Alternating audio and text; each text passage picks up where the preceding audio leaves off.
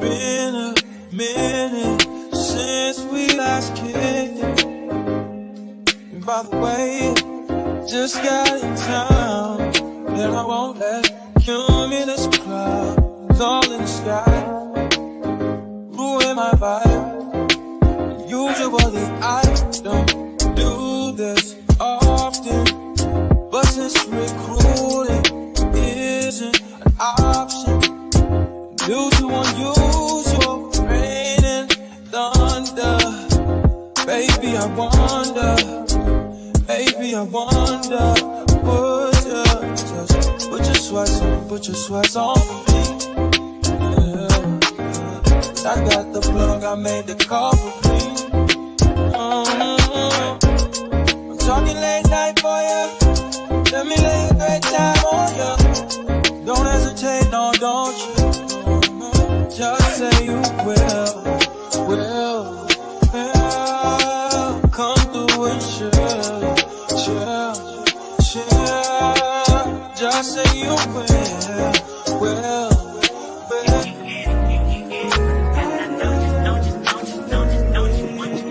Every second, every minute, man, I swear that she can get it. Saying, bad bitch, put your hands up high. Hands up high. Hands up high. Tell them turn the lights down right now. Put me in the mood. I'm talking about dark room perfume. Go. I recognize your fragrance. Hold up, you ain't never gotta say shit. And I know your taste is a little bit high maintenance. Everybody else basic. You live life on an everyday basis with poetic justice.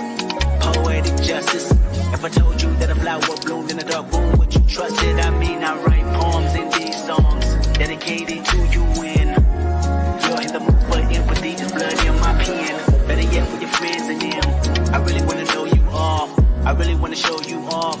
Fuck God, pour up plenty of champagne. Cold nights when you curse this name. You called up your girlfriends and your girl in that little bitty range. I heard that she wanna go and party. Nigga don't approach her with that Atari. Nigga that ain't good game home is sorry. They say conversation rule a nation. I can tell, but I could never right my wrongs unless I write it down for real. P.S.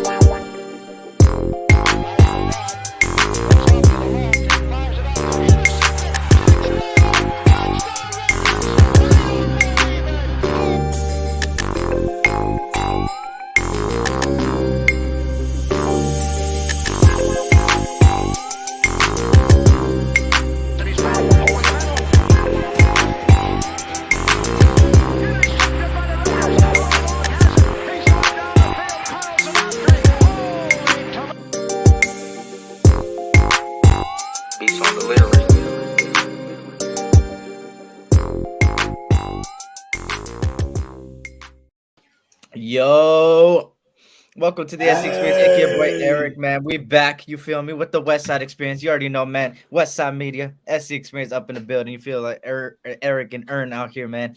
You feel me on a Saturday afternoon, early afternoon. Hopefully everybody's having a blessed weekend so far. How are you, Ern? Hey, I'm doing pretty good. How's everything going with you, you tall midget? Oh, that shit don't make any fucking sense. It's going good, man. I forgot to post on my IG, which I'm gonna post it today, but I went to a USC game yesterday. We won. We fucking beat the shit out of Colorado. It was good. It was a good day. Back at the Coliseum. I haven't been to the Coliseum since I was a little ass kid, and now I'm back. And I went back, and oh my god, it feels fucking good. That shit just gives you like, I don't know, bro. I wasn't there in the 80s and 90s when they were in LA, but fuck, bro, that just gave you like, it just gave me like, I don't know. Bro. Is the energy at the USC like, is it really electric like they say, like going to the Raiders game? Is it anything like that experience or not? It's loud, but compared to teams like Penn State, right? Teams to LSU, teams to like Ohio, that their whole student section is like the whole perimeter of the fucking field. It's not like that. Well, that I went to, it was not like that. But I'm pretty sure there's like the homecoming that it's packed and stuff like that, and blah blah blah. I went during yesterday. Salute to the troops, of course. They did all that, so there was a lot of military surrounded. There's a lot of veterans out there, so there's that, right? USC, bro. USC only lost one game, bro. We're fucking. Oh yeah, let's go. That UCLA USC game next week. Oh my God, it's gonna be a fucking Is anybody undefeated right now? TSU is undefeated, I believe. TCU? Yeah, TCU. I can't think of anybody. Let me see. Georgia's undefeated. Ohio State's undefeated. Michigan's undefeated. Shit, so you guys are really rooting for somebody else to lose, so you guys have a shot at getting in there, huh? Yeah, Ohio just won. Georgia's probably gonna beat the shit out of them. Michigan might win, and TCU might lose. I think TCU loses today, bro. I really believe that. They're playing. Really, Texas, you just have to be top 4 to get in that playoff, right? Yeah, yeah. You have to be top 4 this year, I think, and then they extended it next year, right, y'all? The college playoffs extended next year. I know they're extending it. I don't know when it goes into effect, though. Yeah, and I think they lose today though, because TCU hasn't played anybody good until now. Now they're playing a really good ranked team in Texas. I think Bijan Robinson takes down TCU, and I think they lose one. And I think what I would do personally, I would move up. If TCU loses, I would move up Tennessee, because Tennessee is looking really fucking good, bro. Tennessee, it's top 6 this year, Terrence. Okay, so they extended it this year. That's where Hendon Hooker goes to Tennessee. Yeah, Hooker goes to Tennessee. Bo Nix goes to Oregon. I'm not fucking with them Oregon quarterbacks. I know Herbert was a good one, but bruh, I do not like Oregon players in the pros.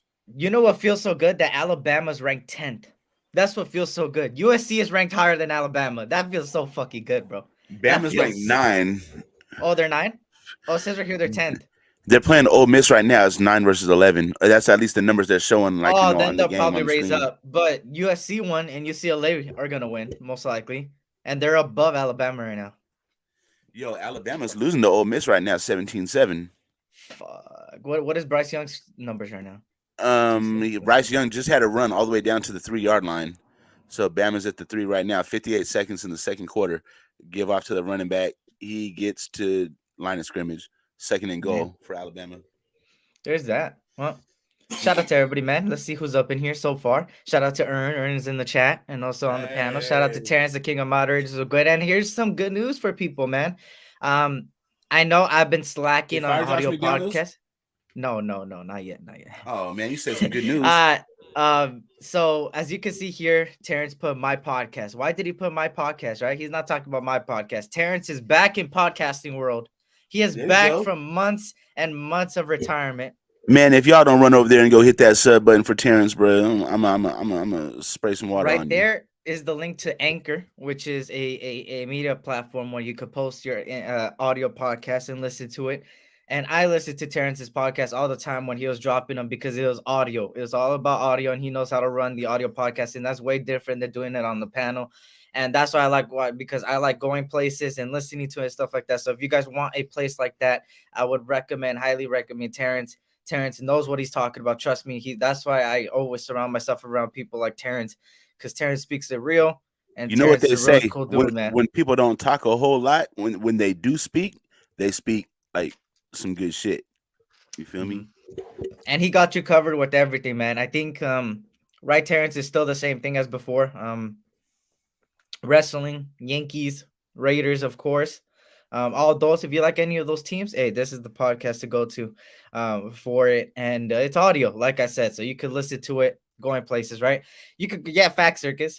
Took a break from the bunny ranch to go back to the hustle. Facts. And you know what's fun? What else, Circus? You could go to the bunny ranch while listening to the audio podcast. You feel me?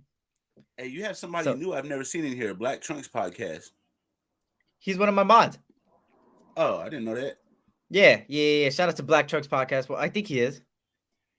If I'm not mistaken. I think he is. Wait. Yeah, he is. Okay. But shout out to everybody, man. Make sure to go hit that subscribe button. Go to Anchor. I need to start dropping my audio podcast. I just need to find a co-host. I'll talk to a lot of people behind the scenes. I have somebody in mind that doesn't usually get on panels or something. but I'm gonna talk to this person. I'm not gonna say gender. I'm not gonna say person. I'm not gonna say content creator. But I'm gonna talk to this person and see where their headspace at. And if they want to do it, then it would be me and them, and we'll bring in a special guest every single week. And it's gonna be interesting, but we'll see if they say yes. If they say no, then I'm gonna go probably with somebody that I rock with, maybe Earn or somebody else. And it's gonna be a podcast of audio, which is gonna be way different than this panel. But that's coming later on because I am slacking on it and I'm trying to maintain a lot of things. Anyway, shout out to Julio Jones. The menace has returned. What's good? That would be a good fit for you, bro. The person I already know you're talking about. That'd be a good fit for you. You know what I'm talking about?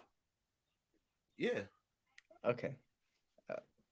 You could put it in. Oh wait, no, hold on. You could tell me behind the scenes. Text it to me. Who do you think on Instagram? It's only you. It's only you and me that can see the private chat, right? Well, yeah, but I invite other people to the screen. Well, to the podcast. I don't know if they're gonna join them. We'll see. You put it. I don't give a fuck. Look. Yo, that's crazy. How did you know that quick? Shout out to Circus Raider. What's good, Circus? Good to see you, brother. Hope all is well. Shout out to Laker Nation. What's good, man? Hey, it's going tough for the Lakers right now, but shout out to you. Hope all is well. Shout out to Sean Johnson. What's good? Shout out to Big Worms up in the building. The numbers. What's good, brother? Lewis, how are you doing today, Eric? Can I please get a Raiders? I got you, Lewis. You already know what it is, man. Whatever. Nah, I was gonna jump in with you, but you went too quick. So whatever. Do it. Raiders. Motherfucker, don't put me on the big screen. I don't be on the jumbotron, motherfucker. Anyway, I don't know what Eric doing, but I forgot when I use two fingers to like scroll down, it just goes no 3 times. No 3 times. But fuck, bro, I went like every time I do that, it just takes me out of the fucking tab, bro. That shit. Fucking hell, this shit always happens. Shout out to everybody. Shout out to 3 times. Shout out to Michael Guerrero. Michael Guerrero's up in the building. What's good, Mike? Nick 209. What's good? Big Worm, what's good? He says beat Bama. Yeah, I'm not impressed with Bryce Young either. I'm more impressed with Hooker, Knicks, and KJ Jefferson. You know, when I see Circus Raider, it makes me think of circus music in my head. That boy Ben be always playing that circus music every week, bro. He says, yeah, I'm not impressed with Bryce Young either. I'm more impressed with Hooker, which Tennessee, Bo Nix from Oregon, and KJ Jefferson that I believe is from Arkansas. I'm also impressed with those 3 guys. You could also shove in Will Rogers. You could also shove in Tanner McNee from Stanford. And I'm also impressed with Caleb Williams, which Caleb Williams is not coming down in the draft. I'm sad because I really like his style of play, man. He's not mobile like Lamar Jackson, but he reminds me of Josh Allen, bro. His toughness when he's running, bro, because he's not scared to take a hit. He'll run. He'll get out of the pocket. I mean, I think he's, I don't know, bro. I really have. I think he might be, I'm going to say this. I think he might be the best USC quarterback that USC has ever had coming into the NFL draft. That's what I'm going to say. Best quarterback USC's ever had. Matt Leinart won fucking Heisman's, bro. Well, I'm talking about when they go into the NFL. In the NFL and they're successful. I'm not talking about college. We already know Matt Leinart takes that, and just like Reggie Bush takes that running back room, but Marcus Allen was more successful in the NFL. You feel me? You see what I'm saying? Got you. So you're saying that you don't like that kid that they're talking about? You don't like Will Levis or whatever this dude is named. You don't like him? So I might be the outcast. Shout out to Black Trucks Podcast. Hold up. Shout out to Raider Oakland. What's good, man? I want a Hooker in Vegas. Perfect jersey. Shout out to All Lies. Shout out to Brian Rodriguez. Right? Shout out to Rafael. What's good, man? Good to see you. Hey. Shout out to Scooby and 3 times. Whatever. Yo, think about what the ladies' jerseys are gonna look like though. If they get to if we get hidden in Hooker, bro, ladies gonna be wearing. So this is jerseys walking around with Hooker on the back, bro. So with Levis, I'm an outcast compared to a lot of Raider content creators. Probably 75% to 80% of content creators want Will Levis, and Will Levis is better than Hendon Hooker in their eyes. For me, personally, what I've seen is that Hendon Hooker has the edge, especially elevating. Everybody likes to talk about his tape from last year, and okay, I get that. We have to take all 4 years into consideration. Every year they started, we have to take that consideration. But there's something to know, right? I believe it was Derek Stingley. A perfect example. He's a cornerback, right? He came out in the draft. He's looking really good this year for the Yo, Texans. E, don't miss that super chat, bro. GA Patriot. Salute to you, brother. I know you're a veteran. Hey, yesterday, man, it's salute to you. Salute to everybody, man, out there fighting for us. When Davis hires Sean Payton this offseason, you think he'll offer McDaniels the OC job? McDaniels is a pretty good OC, but he's no head coach. That's facts, GA Patriot. But Facts. look, I'm going to give you my take on it, and I'm going to give you realistic of what Mark Davis will most likely do. For me, I'm all for that, GA Patriot. Having Sean Payton and then a proven offensive coordinator like McDaniels, oh my God, sky's the limit with that Quarterback team, bro. whisperer, that shit would go crazy. That would be a beautiful coaching staff, bro, and a beautiful head coach because we know Sean Payton is all about win, determination, leadership, all that, right? But Mark Davis already came out and said that McDaniels is here for the long run. So I feel like Davis doesn't want to be wrong. He's been wrong multiple times since he's took over the ownership job over his dad. I think for him it's an ego thing. I don't think he wants people to think he's wrong, and that's why he's keeping McDaniels moving forward because he wants him to work out forcefully. And if he doesn't, then he's gonna look like an idiot. But he's taking that risk of, hey, he's here to stay. I want to make, and in his back of his head, he's like, yes, I know it's not working out right now, but I believe in you, and you're the person I chose. So hopefully you could prove me right. He's not gonna go after somebody like Sean Payton. Yo, yeah, I think Mark Davis is doing the right thing with the wrong person. You know what I'm saying? So he's trying to keep him to create stability, so it's not a lot of turnover at the coaching positions all the time. But this is the wrong person to be doing that shit with. This dude don't know what the fuck he's doing, and it's obvious, bro. Like, bro, let's get rid of this motherfucking now. What up, Jack? What up, Jack Bauer? What's good, brother? Get rid of this motherfucking now before he tears the whole fucking team down, and then we got to rebuild it. Like, bring in somebody that can work with the guys we have now. You know what I'm saying? Sean Payton, he would do wonders with Derek Carr. And if we let Derek Carr go, guess where he's going to go? Because there's another quarterback right down the 15 freeway whose arm is pretty much shot, coming off a Super Bowl. And if Derek Carr goes to the Rams, man, that's going to be a perfect fit. You got a quarterback whisperer over there. I mean, regardless, I think Sean Payton will work with anybody, bro. Even if we do move on from Carr, Sean Payton is the perfect coach to coach any team, in my opinion. But yeah, shout out to Dirty Low. What's good, Dirty Low? Good to see you, brother. How you have real stability? Hire the right one first. That's exactly right, Terrence. And I get it. Continuity is something, right? It is, and we need that for a long time. But the reason why coaches have been kept, like Mike Tomlin, is because they win every season. Last year, they weren't even supposed to touch the playoffs, not even supposed to win. Big Ben was already done. It was his last year. His whole team was colliding. TJ Watt got injured again. Most of their corners were old, like 36, I believe. One of them was 36. So at the end of the day, their whole team was shining, still made the playoffs. They still had a winning record. And that's all because of Mike Tomlin. This might be the first year the Steelers do bad, which is understandable. They got a young talent in quarterback. They got a lot of young people, and TJ Watt is injured, and they're just going through it. But the fact that Mike Tomlin has kept up a winning, not a losing record for that long is the reason why they kept him and kept giving him extension. I'm pretty sure if he was doing bad off the bat, he would have been released. But you don't see him? Yeah, he's right there. He's there. Remember, if you're on the chat, click the top and put live chat. Don't put top chat. That's where I made a mistake before. People were saluting me, not even know. So don't click top chat. Click live chat or public chat, whatever the other one's at. Yeah. Eric, please, but shout out to GA Pager for the $5 super chat, brother. I greatly appreciate you.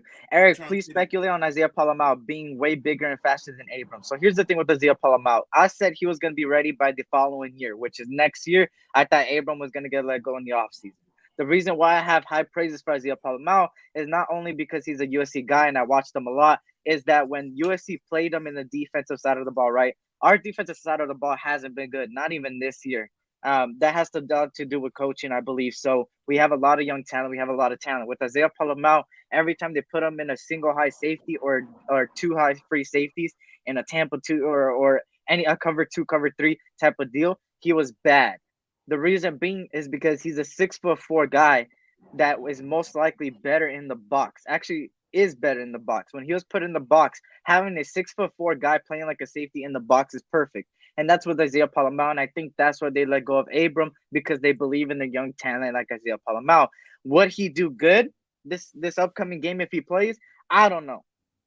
I don't think he's ready. But if they think he's ready, let's see what he got right. You think he'd be a spark plug like the 49ers got with Tafanga? I hope so. One of those difference makers, you know what I'm saying? Like, I hope so. I really hope so, but it's hard, bro. Because I gave him a year, which hasn't even been a year. So I don't know what he's gonna bring in. I don't know what he's doing behind the scenes to make him have that much confidence in a mid-season. fuck it. Let's see what he got, bro. Bring him up. Shit. At this point, what can it hurt, bro? Yeah, facts, bro. Fuck. Shout out to Charm City. What's good, Charm City? Good to see you, brother. Hope all is well. Shout out to Darth Raider Prime. What's good, my brother? Hope Darth all Raider. is well. Blaming the Raiders for my hair loss, scratching my head, wondering what the fuck going on. Salute Nation. Shout out to BL. What's good, man? What's good? What's good? What's good? Mike Tomlin takes trash to the playoffs. Our coach takes playoffs team to the trash. There you go, GA Patriot. You're speaking fucking facts, bro. You're speaking facts. Yep. And everybody wants to come out of the woodworks when Devante Adams had some words for Derek Carr. So everybody's speculating that's Derek Carr. And we're going to analyze what Devante Adams said and break it down. So let me pop up the quote that Adams said, and then we'll go from there, right? So let me pop it up. Talk to the people while I wait. While we wait. But Terrence, bro, we're not going to get a new owner, bro. I think that conversation is like a non-starter. I mean, that's the one thing that's never going to change. Like, you know what I mean? Until it does. You know what I'm saying? Like, everybody used to complain about Al Davis all the time, how much they hate Al Davis, and Al Davis does what the fuck he wants to, and how come he doesn't do this, and how come he doesn't do that. I mean, at the end of the day, it's kind of like, bro, that's his team, and it's kind of like, you know, he can kind of do what he wants to do with it. Yep. Oh, why did it say Raiders Colts? Oh, who cares? It looks nice. All right. So I don't know. It's funny how everybody comes out of nowhere when he talks about Carr. We're gonna break down the quote, but when he was talking about the organization and the coaching staff a week ago, nobody was talking about it except for me and a couple, maybe very little. So that's what's funny to me. I don't know. I just I don't know. But shout out to the Raider Room. Hopefully he pops in. Got to give him some support. He's of course an upcoming Raider content creator, man, in the Instagram world.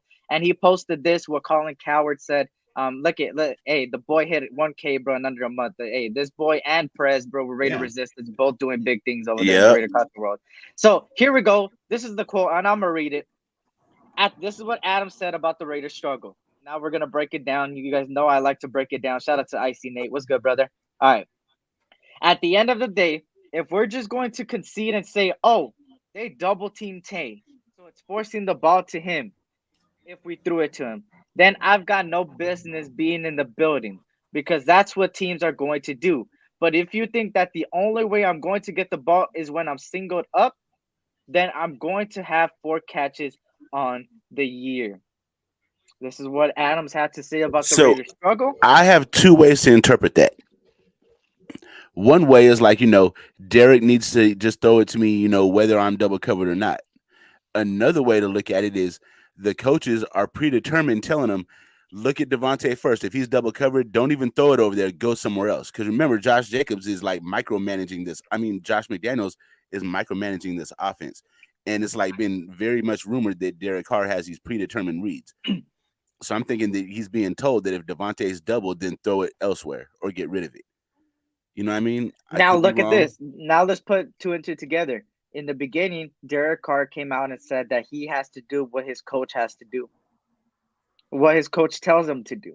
Right. He's playing practically yes man to the coach. Now, let's put 2 and 2 together. He's saying that he's got no business being here. It must be bigger than just a quarterback if he doesn't want to be here. Because an organization could easily take a quarterback and tell him kick rocks. But the fact that he said he's full-blown wants to get away from the organization, if that's the case, it's bigger than the quarterback, in my opinion. Nobody wants to play for this coaching staff, bro. Josh McDaniels has always been rumored to be like a straight up asshole. Nobody wants to play for them, bro. And we're gonna go ahead and get rid of Derek. We're gonna have to trade Devante too, because Devante's. You think he's talking now? Shit. Wait till we get rid of And Derek now and you draft could a take rookie quarterback to develop.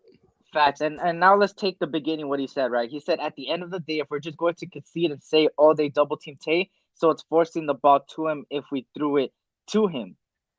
So now, remember, a lot of hate is going through Carr because they're saying that Carr is forcing it. Remember, there's a lot of media and everybody saying that he keeps forcing it to Adams in double team, triple coverage. Just remember that, right? Now, take that and put it with the beginning of that quote. At the end of the day, we're just going to concede and say, oh, they double team Tay, so it's forcing the ball to him. If we threw it to him, then I've got no business being here. Just a little bit of a pieces together, just for you guys, just trying to show everywhere around. I mean, it could be about Carr, right? And let's just say it is about Carr, right? He's being like, oh, this quarterback needs to throw to me or something. Then, that's cool. He's calling out everybody. Last week, he called out the organization and he called out the coaching staff pretty much indirectly. And now he's calling out the quarterback if it's that side of it. So at the end of the day, let's ask ourselves something. Devante comes from Green Bay. They had coaching turmoil where a coach was inept, or what do they call it? Inadequate, didn't know what the fuck he was doing, and Mike McCarthy. Did we ever have a history of Devante calling this shit out before? This is pretty much the first time I've ever heard Devante speaking out in the media. So, like you're saying, this got to be really, really bad, bro. And that's what I'm saying, really bro. Bad. People are quick to see, oh, if they don't throw to me on double coverage, automatically it's Carr. You got to analyze the whole quote and put the pieces together with a lot of things, because I'm pretty sure Adams called out Carr if he needed to, like straight up said Derek Carr, because he's just his best friend. You feel me? That's his god. I mean, that's his son's godfather, and they're very close. So I don't know. I just feel like there's a lot of ways to interpret that quote. And like I said, it could be Carr. It could not be. It could be the coaching staff. Who knows? But I know a week ago, he was talking about the coaching staff and talking about the organization and indirectly, and and people didn't really talk about it. But now that it's about throwing the ball, everybody's on Derek Carr's dick again. Like, bro, like, come on. But I got another thing that I wanted to show. This was on the Kay Adams show, which shout out to Kay Adams. She's a beautiful lady. And I'm glad to see her back on morning TV. It's on YouTube now, so you don't have to see it on TV. She goes on FanDuel, the YouTube FanDuel. And it's called Up and Adams. And she has it every morning. And she brings on different people. She brought in Sean Payton on her first week. And she talked about how she's back in morning football by herself. So she's running her own show. And she had Brandon Marshall on yesterday. And Brandon Marshall talked about it again. So we go see what he said. And I want to hear your guys' take on it. Let me put this. And let's put Adams there. And yeah. All right, y'all. Here's Brandon Marshall. On paper, there is interesting stuff going on, and it's a bit puzzling because we talked about the Colts side of things, but McDaniels is your former head coach.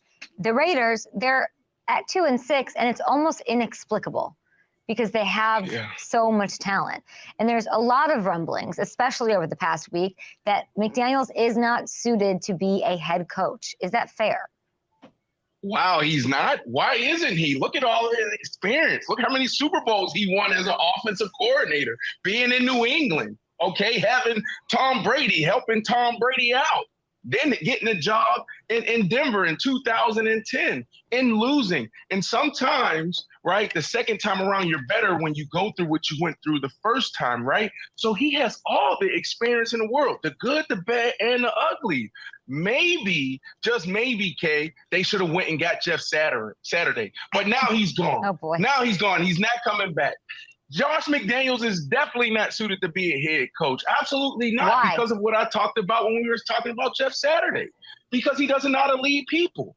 You can have all the X's and O's in the world, Kay, But when you go into a losing locker room, the first thing you have to do is be able to get to the players' mind and their hearts. And he's not capable of doing that. He's not capable of doing that with his players. He's not capable of doing that with his coaches. And when things hit the fan, it gets worse with guys like that. You have guys retiring mid-season. Think about that. Mm-hmm. That's horrible leadership. You want guys to rally around. You want guys to say, this is his first year back. I'm playing for him and his wife and his kids. Right. They're doing the opposite. They're saying, I'm shutting it down. Right? Okay. You got guys. So, sorry. No, I want you to finish. I'm sorry. Go ahead. No, because I'm glad you cut me off because, I was going to rant for the next 10 minutes. I think, go. But I want to know the most important qualities in a head coach. According to All-Pro Brandon Marshall, I'd like to know the top 3 in order. Leadership. Okay, let me slow down. Yep. And let me take a deep breath using my skills, okay? Because I'm hot right now. Y'all talking about Jeff Saturday. Y'all talking about Josh McDaniels. Let me calm down and answer your question. Number 1 is leadership. And doesn't matter what you're doing. You could be a head coach for the Las Vegas Raiders, or you could be running ESPN Network or FanDuel Network. It doesn't matter. If you can't lead people, you'll never be successful. Okay, so that's number 1, no matter what industry you're in. Okay. Yeah. Number 2, you have to understand offense and defense and special teams. So the X's and O's is definitely important. What type of brand of football do you want to present? Okay, so X's and O's is critical.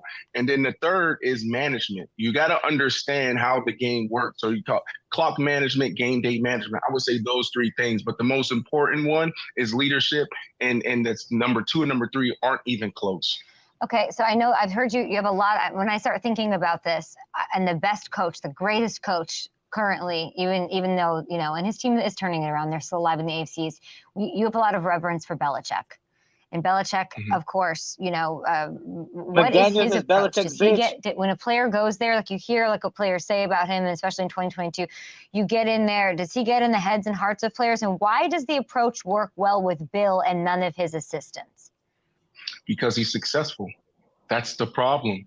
Don't come to the Denver Broncos in 2010 telling us that our offense stinks and we're sorry when we're the number 2 offense. Damn, talk your shit, Brandon Marshall. Look, Jay Cutler never recovered from that, right? Like, I'm glad I recovered from that. It's traumatic. We had him cursing out coaches. We had the bus was scheduled to leave at 12 o'clock.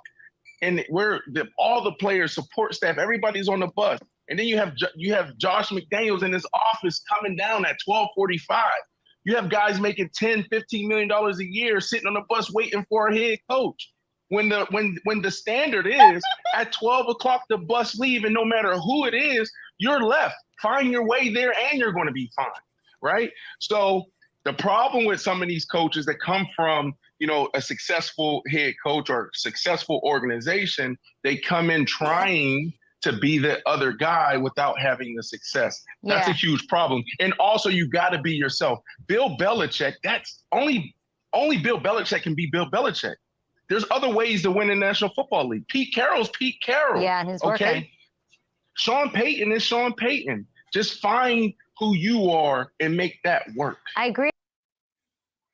Bro, get him the fuck out of here now, bro. Now, yesterday. Get McDaniels gone, bro. He's not it, bro. He's not.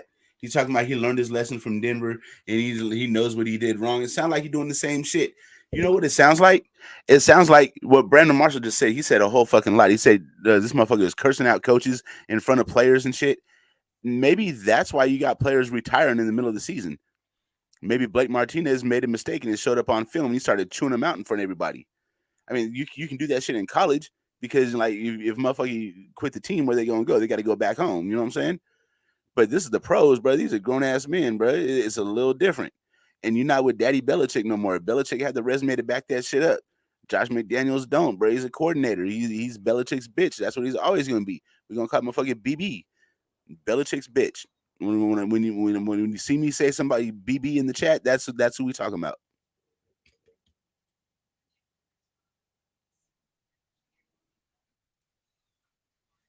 Eric's at a loss for words. Do I even have to say anything?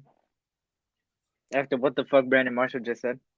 So now my next question is like, so what do we do? Do we keep him and hope the shit pans out, or go ahead and Mark get rid of this Davis already motherfucker said after it, 1 bro. year? Mark Davis already said it. He's gonna keep him. He wants But him to there, work out. but there's rumblings all over the place that if we don't win this Saturday, bro, and it don't look pretty, then bro, this motherfucker Well, be on see, the hot seat. that's a tough. I hope we lose till this motherfucker is gone. I mean, I'm thinking out loud. I don't never hope the Raiders lose, but That's what I'm um, saying, bro. I don't want the Raiders to lose, bro. I don't want the embarrassment even more, bro. Like we're already at rock bottom. Imagine being below the rock, like Patrick, bro, like in a SpongeBob, like bro. I don't want to be. I don't know, bro. I don't know. we already are, bro. We're bikini bottom. That's what it is. Shout out to Cedric. Cedric, our game was yesterday. Cedric, the game yesterday. It was yesterday. USC played yesterday. USC played yesterday. USC played yesterday. They played on a Friday. Shit. Honestly, bro, let's break down what Brandon Marshall said, because I like to break down all these little things about podcasts and stuff like that. We had an interim coach that only first quality was leader of men. And what happened last season? GA Patriot, you hit the nail on the coffin exactly, bro. Why did Rich Bisaccia so good? It's not because he knew the X's and O's automatically. Maybe he knew a little bit of football, right?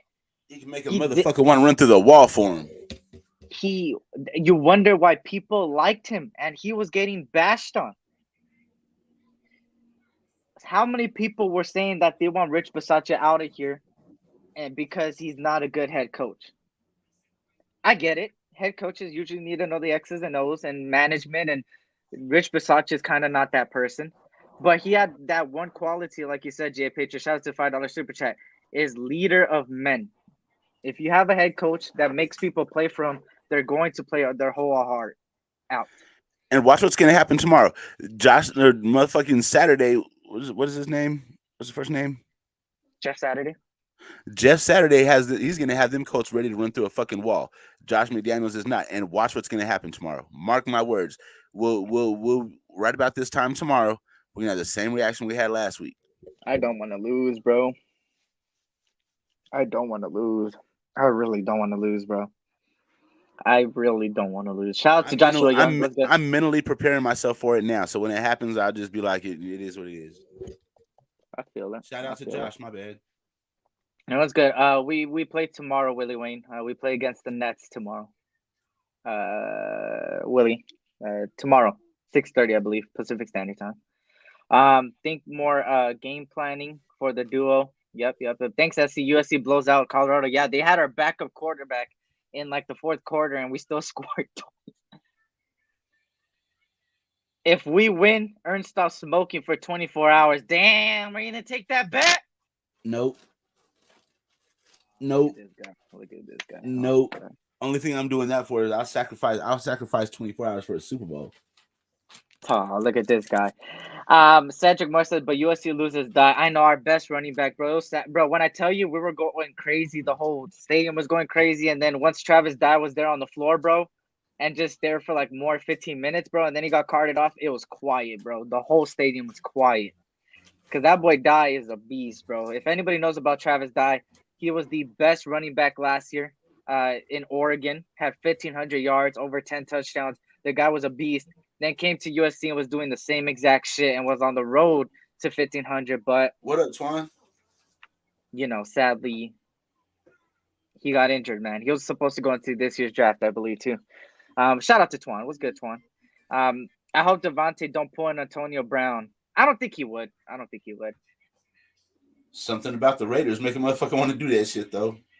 Shout out to Gravy. He says that means Devante saying Carr needs to get the ball to him. And now, tricky, Gravy, because if that's the case, like, how many times have we seen Carr force the ball to Adams? You get me? You get where I'm coming from? Like, except for that 3-reception game or that 1-reception game, he threw Devante Adams the ball a lot. And I think forcefully a lot of the times. So now it kind of makes me very confused with what he said, because it's like very analyzing it. He's kind of saying a little bit of the two tapes. Like, Carr, it could be that Carr, hey, Carr, keep throwing it to me, bro. Trust me, just throw it on the money. And it also could be stop listening to the head coach and start doing your own thing that we know we could do. There's like so many options with the quote. Not We the just best don't know idea. without being direct what he truly is saying. I could be like I always say, oh yeah, so everybody wants to talk about Chandler Jones, but nobody wants to talk about this. You don't know who you could know who I'm talking about, and you can't know who I'm talking about because I'm indirectly saying there's people talking about it, but who are those people I'm directing it to?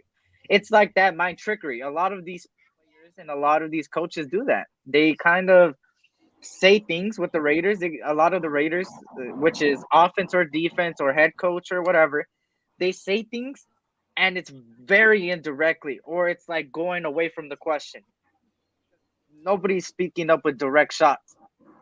You feel me? Hey, I got a question. I see something in the chat. Raider Oakland, Carr's a coach killer. Okay, so now I'm going to ask you to back up that claim. Now, what coach's career has Derek Carr killed? John Gruden got himself run out of here.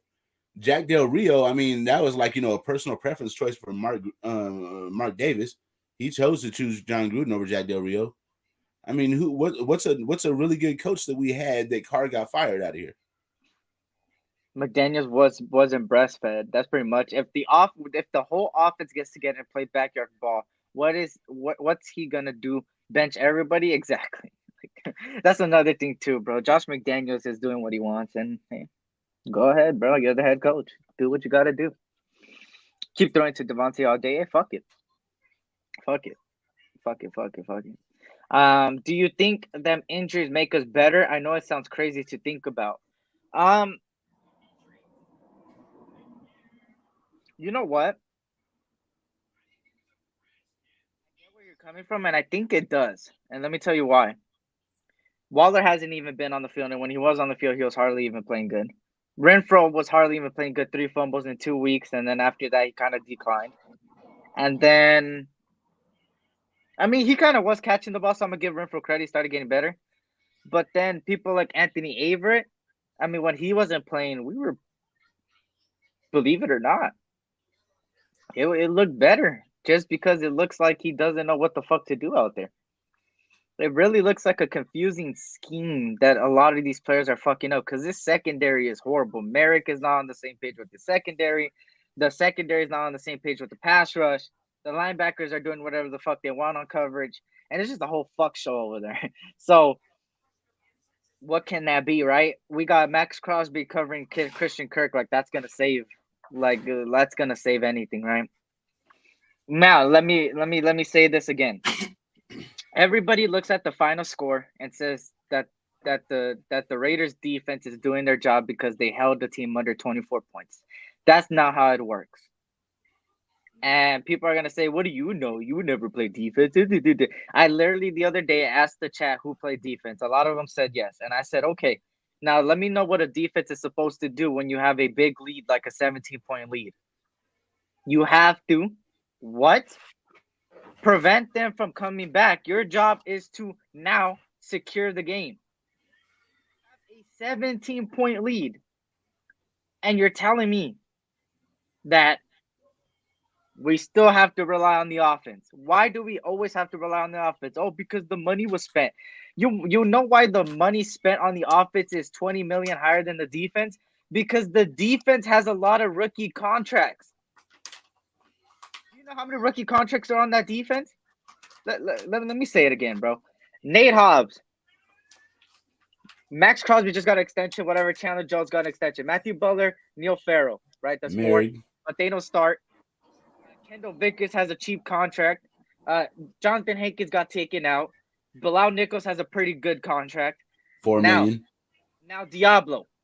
Contract. Denzel Perriman still on his contract. Pretty cheap, actually. Then you go to the corners, right? Nate Hobbs, rookie contract. Amik Robertson, rookie contract. Anthony Averett, rookie contract.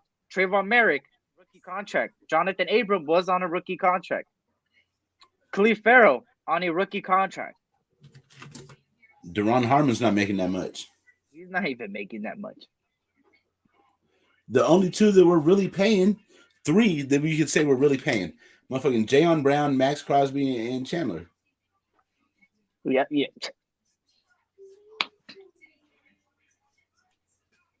It's just because there's a lot of rookie contract. Now you go on the offensive side of the ball. Is Devante Adams a rookie? Is Carr a rookie? Nope. Devante Adams is making top 3 at his position. Colton Miller's making top 10 at his position. It's Colton Miller. Now let's go. Is Andre James a rookie? No, he got an extension. He's on it. Yeah. Illuminator's on a money, but I think it's a cheap deal, so I'm gonna take him out of the line. Renfro, is he a rookie? Is Waller a rookie? Is Moreau a rookie? Well, I think Moreau is probably still on a rookie contract, but Waller and motherfucking Renfro have been extended with top 5 money. Well, for but Waller, let me tell you, anyway. Brian Rodriguez, I get that the offense is at fault in the second half because they did absolutely nothing. You still got to put your, like GA Page just said, you still got to put your foot on the neck of your opponent, and I always scream that when you have a lead, still keep putting your foot on the gas pedal. But at the same time, I'm not giving the defense a pass. The only reason why it sounds like I'm defending the offense is because all everybody talks about in the nation is the offense, but we give the defense a pass because they only allow 24 points or they only allow 20 points, right? But at the end of the day, as a defense, and especially if you play defense and if you coach defense or whatever, you know that the number one thing is to make sure you keep a lead. Your whole job is to get out of the field. And the reason why our defense is out there always on the field, some of it has to do with the offense giving the ball back, but others have to do it at the end of nosebleed. They can't stop. Yep, they can't stop the opposing offense, so they have to stay out there on the field. So I'm just saying that this whole team as a whole is at fault. Nobody gets a pass, but people be giving Carr a pass, people be giving the offense a pass, and other people have been majority has been keeping the defense a pass, and Chandler Jones a pass, and Josh McDaniels a pass, and Mark Davis a pass, and that's not how it's supposed to be, bro. And Patrick Graham a pass, and it's like, bro, like in key moments of going 3 and out. Shout out to Jenny. What up, sis? Good to see you. Look it. Offense scores points. Defense wins games. I ain't got to say anything else. Jenny speaking them facts. Offense scores points. Defense wins games. Defense wins championships. Defense wins championships. I mean, look at the Baltimore Ravens, bro. They had you have to really think about who their quarterback was when they won that Super Bowl. But everybody knows Ray Lewis was on that team. Yeah, and like I said, shout out to Cool Kev. I think Cool Kev's up in here. I'm sorry if I skipped Cool Kev. Shout out to Cool Kev. What up, Cool Kev? Good to see you, brother. Hey, at least Mark sold his Ferrari, though. He did? I didn't even know he had a Ferrari. I thought he still drove a minivan. Yeah, I thought he drove a minivan. But look, this is what I'm saying. The SC experience, and I'm going to continue to say it, is about pointing out who needs to be pointed out. Right? I pointed out Carr. I pointed out this offense. I pointed out Josh McDaniels. I pointed out the defense. I pointed out Mark Davis' history since he became an owner. And I've come in with facts, nothing but facts. What I don't like is when I can't even watch a YouTube video or a YouTube live without fully being about one person. I'm sorry, bro. Like, hey, and people are going to tell me that, hey, just don't watch it. That's why I don't watch it. I'm sorry. I support everybody. You see me bring people on the panel because I want them to eat. If I eat, you eat. That's how I rock, right? Mm-hmm. If I rock with you, I rock with you. If you don't see me rocking with somebody, it's because stuff happened behind the scenes that, you know, is none of the public's business, and it's something beyond that. I'm a really cool dude, bro. Yes, I joke around. Yes, Ern calls me 16, whatever the fuck he wants to call me. I'm 21, actually. Eric, I just be wanting you to keep it real with the people. Stop telling them that you're 21, bro. I'm 21, motherfucker. I swear to God, I'm a deep motherfucker. Man, Eric, bro, come on, man. Come on, bro. But, like, at the end of the day, honesty is the best policy, bro. Fuck you. But at the end of the day, to point out everybody that is in fault here, and this whole team is at fault. Nobody gets a pass on this team because this team is disgusting right now. Everywhere from the front office to inside the locker room to even in the players. We got people retiring mid-season. We got people not even wanting to speak out and saying that they have to do it behind the scenes. Out of all of our coaches in the last 2 decades, what players, what coaches have been having press conferences the way we're doing now? Not even in the Dennis what the fuck Allen era. Not even in the fucking bro. Not even in the lane The slow lane Kiffin area. low lane Kiffin era. Not even in bring back Art Shell thinking that's gonna solve world problems. Not even in the Jack Doe Hoey or sorry Rio either. Like Jack Del Rio. we legit have never had press conferences this way ever. People don't even want to speak out. People are throwing indirect shots and nobody's being direct. Now, and even bring it back, exactly. We even hired Tom Cable as a head coach after he was after he was the interim head coach for 2 years for the Raiders and had a losing record. We still made him a head coach after the 3rd and 4th year and had one of the worst outings as a Raider head coach. I don't know. I don't think anything could be worse than the way Josh McDaniels is starting. If we had a top 3 defense and a top O-line, top 3 offense, top coaching, Carr would succeed. I think I'm going to give somebody credit. I'm going to give Carmen Brasillo a lot of credit for what he's got in the offensive line as far as talent. He's doing a pretty good job. Yeah. The dysfunction is not the O-line to the quarterback or the O-line to the receivers. It's more of the quarterback with the head coach to the receivers. Nobody's on the same page with each other. How many times have we seen Adams or wide receiver look at Carr and be frustrated? How many times do we see the other side of Carr being mad at the receiver and the receiver putting his hands up like it's my fault? The team is not in sync because they all don't got the playbook down. I know Valley Podcast. I know. But I'm just saying that overall, I think there's a lot of dysfunction throughout the team from coaching to the players. A lot of dysfunction.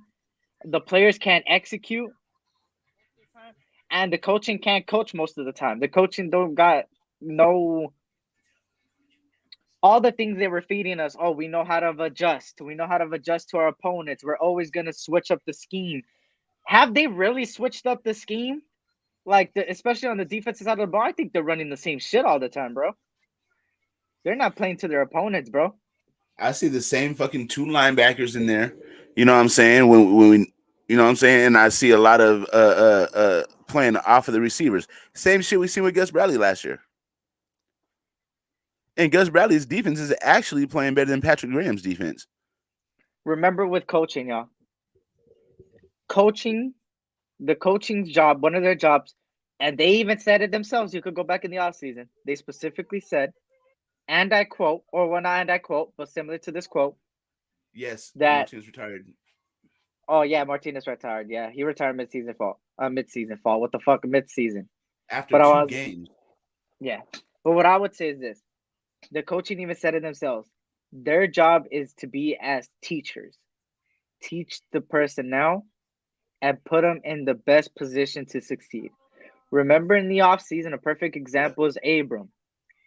The things Patrick Graham talked about Abram, they were very high. We like a guy like this. He has the speed and agility. He's got to work on his few fundamentals, but that's what I came here for, to teach that. And now in mid-season, they trade away, and out of a sudden, he didn't fit the system.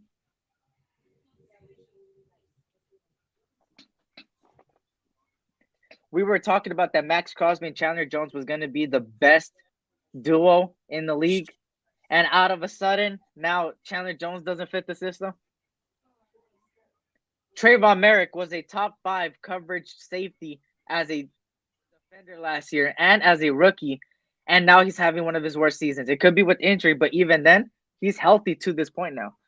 And he's still not playing his best. Does that mean he doesn't fit the system? Okay, he doesn't fit the system. Now let's keep going down the line, right? Diablo, everybody was talking about how he's going to be a superstar and he's an upcoming guy.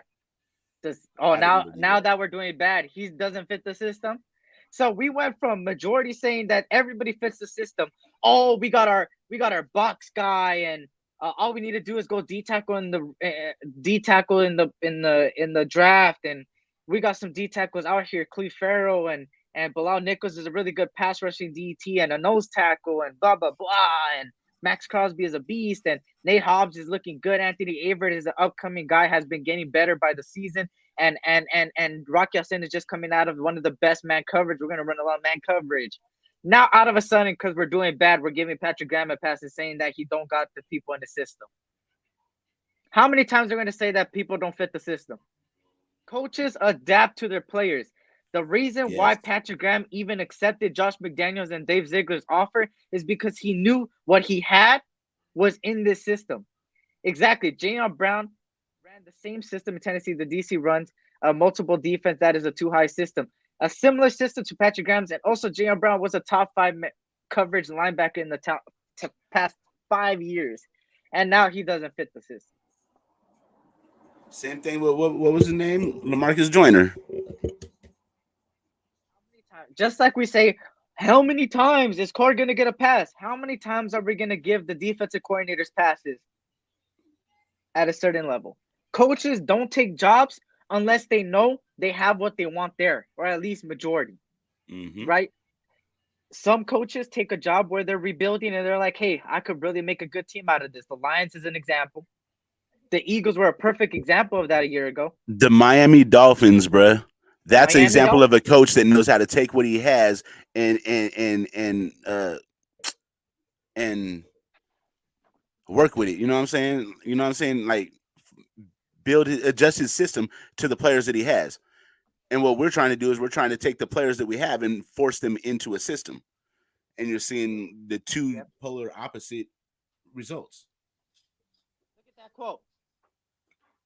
What is it saying? If we can't make our players play better, we have no business being coaches. McDaniels during OTAs. I mean, so if he knows that, then what? That's the point that GH Patriot is making, bro. He's literally backing me up on the points of Josh McDaniels, like on the point of the coaching staff. McDaniels literally said it to us. If we can't make our players better, but we have no business being coaches. But now it's like, fuck the press conferences that happened before. But let's pay attention about the press conferences about Carr. But let's not pay attention about the other ones. They just don't have people in their system. All right. How many people were saying that Tua was going to be garbage this year? Let's be honest. Nobody had faith in Tua, bro. A lot of people. The only person that I know of that had really good faith in Tua is me. I had a 2-hour debate with people like Terrence behind the scenes over Tua. I knew Tua was going to be doing good because of Mike McDaniels. And you're saying Mike McDaniels never been a head coach. Right.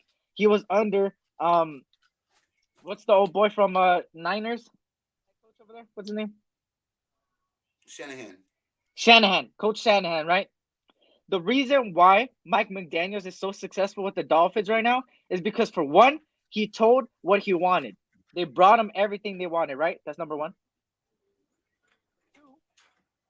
Two, he's making the playbook simplified to the best of ability of Tua. Something that struggled with Tua. What was the main reason why Tua wasn't good, y'all?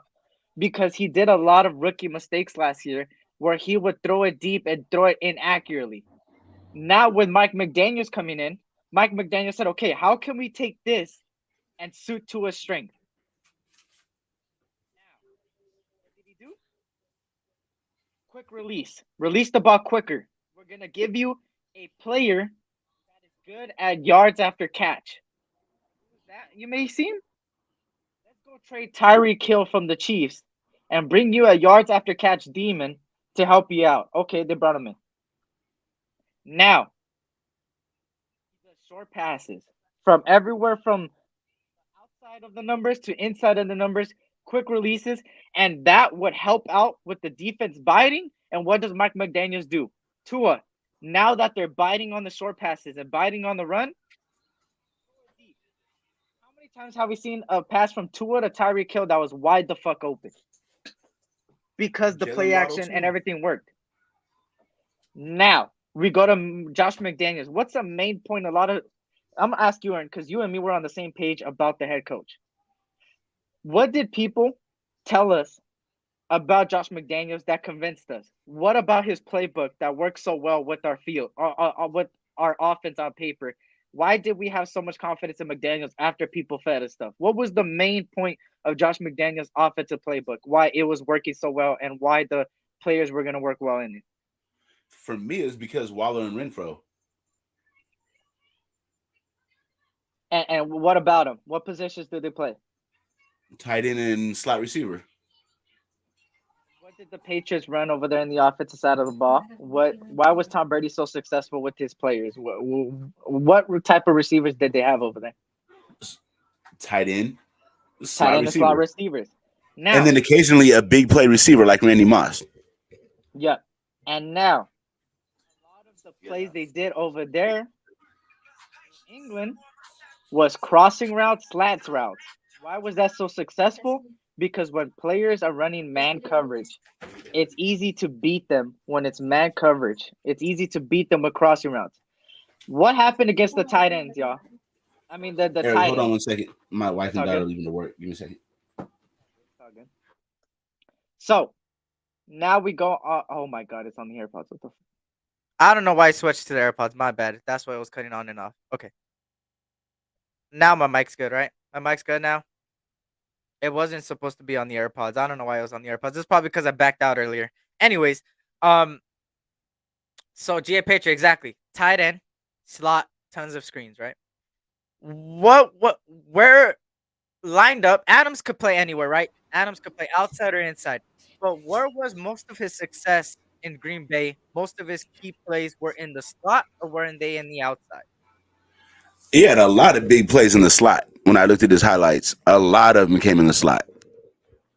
Okay, now we got rid of Kenyon Drake, right? Okay, Kenyon Drake is balling out with the Ravens over there. Congrats to him. Once a Raider, always a Raider to me. I'm sad that he tore his ACL and stuff. Now, what did we say? We were going to be running back by committee. Have we really been running back by committee? I mean, Not at all. Even though Josh Jacobs has been playing like a beast, but you got to give Josh Jacobs a rest sometimes, man, because he could get banged up any moment, man. That's what I'm scared of. And when Josh Jacobs has had a breather, we brought in motherfucking Abdullah and motherfucking And Bolden, bro. Why not give Most these like young Bolden. lions some run? Now, Brandon is butthurt because when Josh McDaniels. All right, let's talk about this. Let's talk about this. What Gravy said. Brandon is hurt because when Josh McDaniels got there, he went from 10 yards to 3 yards. 3 because Brandon Lloyd and Demaryius Thomas took his shine. He is a drama queen bitch. Okay. Gravy, so you think Josh McDaniels is set for this job? I just want to ask you that question. Do you think personally that Josh McDaniels is perfect for this job? I just want your take, yes or no. My thing with that is I'm not getting like forget the messenger, bro. I'm listening to the message, and the message fits exactly what we're thinking. So that's why it's so significant. Why we're taking that into account, because it's not just what he's saying; it's what he's saying coupled with what we're seeing, which validates it. You know what I'm saying? So he could be a drama queen. I don't know, but what he's saying has some truth to it. And that's the part that we're going off of, Gravy. You're my dog, but I don't agree with that right there. I mean, so I kind of agree with that. So you might be saying that because of that. But again, what he's saying coupled with what we're seeing, you know what I mean? Hey, I know all eyes. GA is on it today, bro. He's backing me up. He's backing up my points, bringing in facts, and that's what I like, bro. This is what I like. I like my channel because I got a lot of people that speak facts. Adams But and Green Devante Bay. had a lot of nines too, and a lot of 9 routes where he's just running up the field, and Aaron Rodgers hits him on a fly route. But I'm sorry, go ahead and read the comment. Oh yeah. And look at what he said. Adams and Green Bay crossing routes and slats, tons of yards after catch. So we brought in a lot of yards after catch. And what are we doing? We're doing a lot of streaks and a lot of just go up there in the field and do whatever. So that brings up our bipolar ass play calling. In the first half, when we be winning games, what are we doing? Exactly running the ball, GA play Patriot action. says. We're running and we're running a lot of crossing routes and slants. But in the second half, that's when Eric is right, and we're getting into them fucking streaks and these deep ends and curls and this type of shit. Like, you know what I mean? We're getting away from what works, and that's what the players have been talking about. Yeah, man, all your facts. The only way to build the defense, we gotta still build upon what we got. And that's the draft. Next year's draft is very defensive heavy. In my opinion, it's defensive heavy. I really like a lot of corners out there that I would go out and get. I like one of my favorite guys. I don't know why. I just like how he plays. Is Joey Porter Jr. I believe that's his name. Is his dad the Steelers? Or Pote, something like that. Is his dad the From Penn Steelers State. linebacker? From Penn State. The cornerback from Penn State, the defensive back from Penn State. I like him a lot. I think his name is Joey Porter Jr. Eric, Let me actually look it up to make sure. is his dad the Steelers linebacker? Joey Porter? I think so. I'm not sure. Let me see. Let me make sure that this is the right guy I'm talking about. If it is, and he plays anything like his dad, that's a dog. Let me see. Let me see. Let me see. I just want to make sure I got my facts right. Let me look him up. Wait, let me see. He's not showing up here. Give me a second. Is it called Joey Porter Jr.? I'm not sure. Can somebody correct me if I'm wrong? I don't know. I'm gonna Google it too. Prospects, 2023. I also like the old boy Eli Ricks from Alabama, but he's from Alabama. Yeah, Joey Porter Jr. He's It a says junior he's right now. Joey Porter's son, so fuck, he's a dog off top. I like Joey Porter Jr. He got it in his DNA. Hey, the Bulldogs defense is fucking crazy, bro. They're Kelly Ringo, the sophomore they got, is a beast for corners. The defensive line, bro. Didn't they just lose Jordan Davis and their defensive line is still good? Bro, that boy Jalen Carter, bro. That boy Jalen Carter is a fucking demon, bro. Is Georgia playing right now? I think so. That boy Jalen Carter is a fucking beast. Eric, ask your Bill Gates. I got you.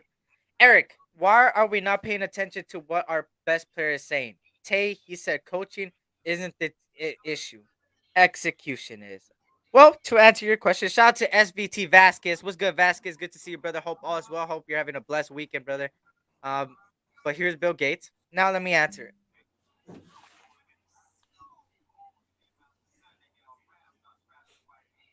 Oh, I'm about to hit him with facts. Anyways. You know why, Bill Gates? Because if you paid attention with Devante Adams, the way he's been talking, last week he indirectly took a shot at the coaching and indirectly took the shot at the organization. Now that he's talking about Carr, everybody wants to be. Oh, now out of a sudden, oh, it's Carr. But where were people last week? Right? Now, let me break it down a little bit more for you. Real quick, Bill Gates, I got you more. Now, we go on to everybody that's had a press conference from off season till now. The coaching came out, said multiple times that their job as teams, and you could scroll up and see GA Patriot, he said it, and I think Terrence repeated it as well as a quote from Josh McDaniels saying that their job is to teach the players, and if they can't teach them, they have no business being a head coach, right? Or a business being a coach in general. Now we go on to today. Now it's execution out of nowhere. Now let me talk to you about some things, right? Why was Rich Bisaccia so successful in the last 4 years? I mean, the last 4 games last season. Why did we even make the playoffs? And why did players like why did people like Rich Bisaccia last year? He put them in position to succeed. And now you may say, Rich Bisaccia wouldn't be a head coach. You're correct. He's not a head coach because he doesn't know the other 3 very value as a head coach. The head coach has a lot of abilities that he needs to have, a lot of skills that he needs to portray, right? Of course, one of them is the X's and O's, like Brandon Marshall said, the X's and O's of knowing what to do, the clock management, and Brandon Marshall will speak you facts. Then number 1 is leadership, being able to go into the locker room, get into the players' minds, and motivate them to go out there and play. Now, what did Rich Bisaccia have that Josh McDaniels doesn't? That is, he can motivate people to want to do anything for him. He's an excellent motivator. And you wonder why we were 1 possession away from beating Cincinnati. 1 possession away, because the team, even with all the different things of injuries and Ruggs and Gruden and everybody's mentality being fucked up, some way, somehow, Rich Bisaccia grabbed all of them and said, "Keep playing out there, man. Leave it all on the field." And what did Rich Bisaccia do at the end of the year? He gave every single player 52 letters out. Letters to tell them, keep your head up and look forward for next year. Right after that, there was players already working out. Right after that, there was players already getting ready for next season. One of the main focal points was Leatherwood. And I know Leatherwood is gone, but Leatherwood right off last year, he started working out. He started already looking towards next year. People started working out. People started practicing right off the bat. And those letters really motivated players to look forward for next year and keep their head up and not be all drowsy.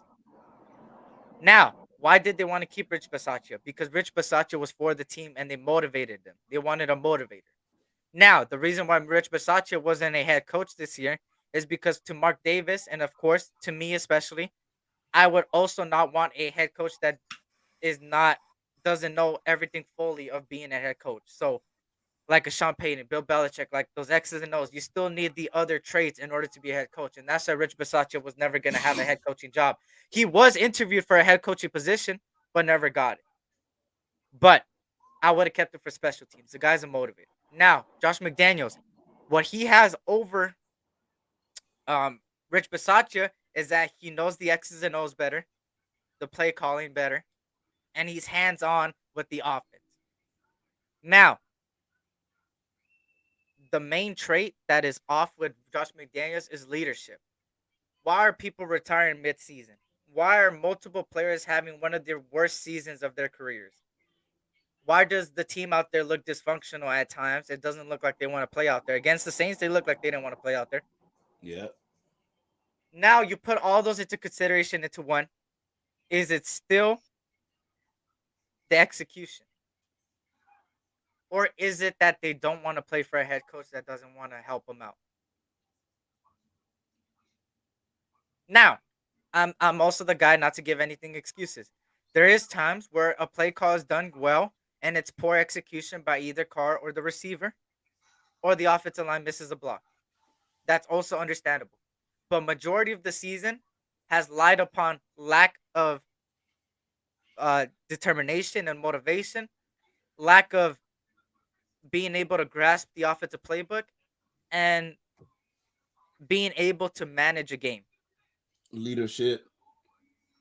You've been saying it since week one. Leadership. We have no leaders.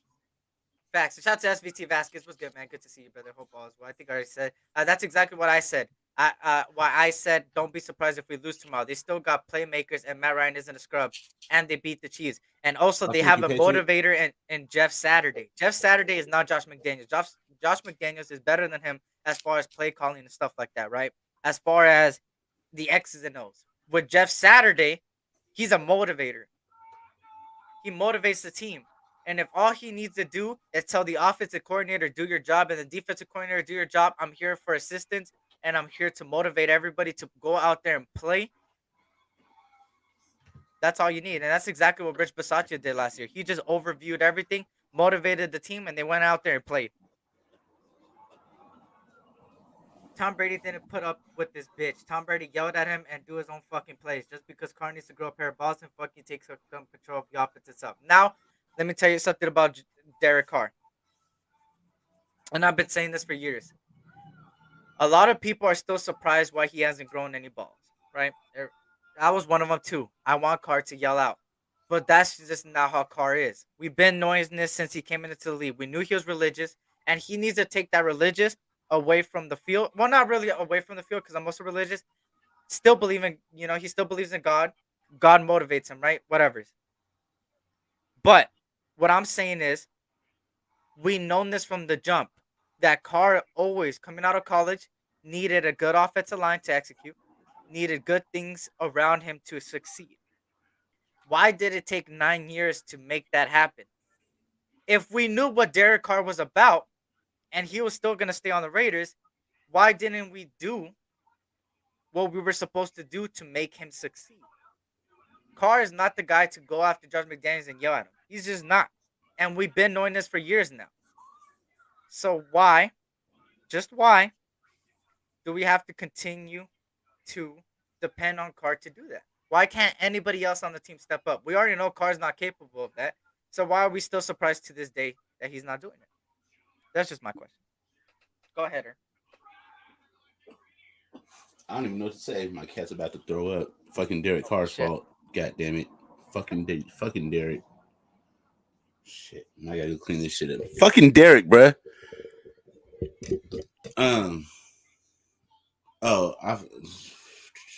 So what I was gonna say is about the growing balls part, Next bruh. one. So if I'm in my job and my supervisor, she tells me like, hey, I want you to go out here and go do this job, and I want you to do it like this. Now, if I look at her and tell her like, hey, I've been doing this shit longer than you, you know what I'm saying? I've been here since before you came. You know what I mean? I know what I'm doing. How long you think I'm gonna have that job? I'm just saying. And everybody else out there that has a real ass job, you know what I'm saying too. Yes, Worm. Josh McDowell absolutely is horrible. Now, Gravy says they have millions of reasons to get self-motivated. Okay. Now, that's a valid point as well. Why do teams that are so successful, what is the number one thing they always say besides I'm going to Disneyland? They give 100% credit to the coach because that's what keeps them alive. Regardless, Gravy, you're a coach. You know how much a coach matters in players' lives. How many times from college to NFL, how many times have players continue to say that their coach matters to them? That their coach is the one that motivates them? How many people have gave, even in low poverty areas especially, how many times, how many stories have we seen of people going back in their past and saying, Coach, thank you for all you've done. You brought me to where I'm here today. You motivated me when nobody else wanted to motivate me. Sometimes these players need a motivation from somebody else, man. Darren Waller, Max Crosby, right? Two guys that, had their problems with different type of things, and you know what I'm talking about. Of course, Max Crosby is balling out, doing what he got to do. Max Crosby is his own player. But now Darren Waller is the complete opposite of Max Crosby, right? And also, Chandler Jones. Why is he playing the way he's playing? Why does he look like he's not trying out there? Why did the whole team against the Saints just not want to play out there? Why did they look off? Why is Blake Martinez retiring mid-season when he's pretty much healthy? Yes, he wasn't playing his all-pro self, but he still was playing. And he just retires mid-season out of nowhere. This coaching staff just doesn't know how to motivate people, bro. They're great X's and O's guys, supposedly. One of the most important things as a coach is you got to have the leadership. And you got to have the way to motivate your players to play out there and play for you. Another thing, your team Eric. Is not playing, go ahead. Big red flags when Josh McDaniels went in front of everybody and said, my job is not to be out here motivating people. Nah, motherfucker, that is part of your job. The fuck? That's like Derek Carr saying my job is not to audible at the line. No, motherfucker, it is, bro. That's in your job description. Like, hey, coach, that's part of your job description, bro. What the fuck? My bad, E. I had to get that off. Oh, no, you're good. And GA Patriots on point today.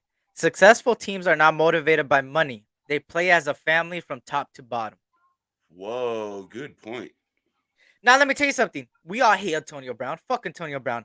But why did he even succeed with the Bucs and even played pretty damn well over there? Who kept them in check? There's two people that kept them in check. Yeah. Tom, and besides Tom, Bruce Arians. Why has Bruce Arians been such a successful coach? Players love him. He knows how to communicate to them. He knows how to motivate them. Motivate successful players, not successful teams. Money motivates successful players, not successful teams. There you go. Why did the Bengals, even after Joe Burrow getting banged up multiple times, after drop passes here and there, after the defense sometimes get screwed over, why was Zach Taylor so successful with that team? You would think a team like that wouldn't even sniff the playoffs the way they had a top 3 wide receiver core, believe it or not. They had a pretty good running back, but besides that, he got sacked the most. He got pressured the most. The defense was lacking a lot of things towards the tail end, and still made it there, and still were playing at top end. Why? And what did the players give a lot of credit to? Zach Taylor. Now, let me give you another personal. This is personal here. Now I'm gonna give you personal right here. Let me actually find the video. And if I can't find the video, let me see if I can find the video real quick.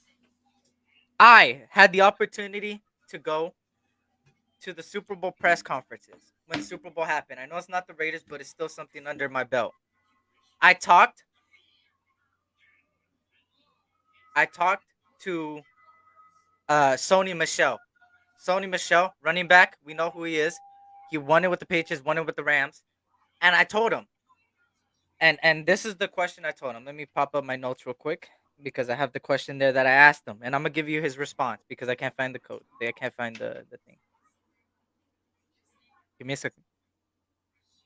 Give me a second. Where is it? Where is it? Where is it? Fuck. Where is it? Yeah, I ain't gonna lie, I can't find it for some reason. Oh, here we go. Oh, I think this is it this? Okay, no. Okay, I said this. I said, knowing coming into your first year with Sean McVay, I pretty much asked him, how does he feel about Sean McVay? And what has Sean McVay done in his life this season? And he literally told me that Sean McVay has motivated him to be the best he can be. That he has been pushing him and that they work hand in hand together. And that's the reason why, one of the reasons why he even signed with the Rams, because of Sean McVay. Now, let's go back to Gravy's point.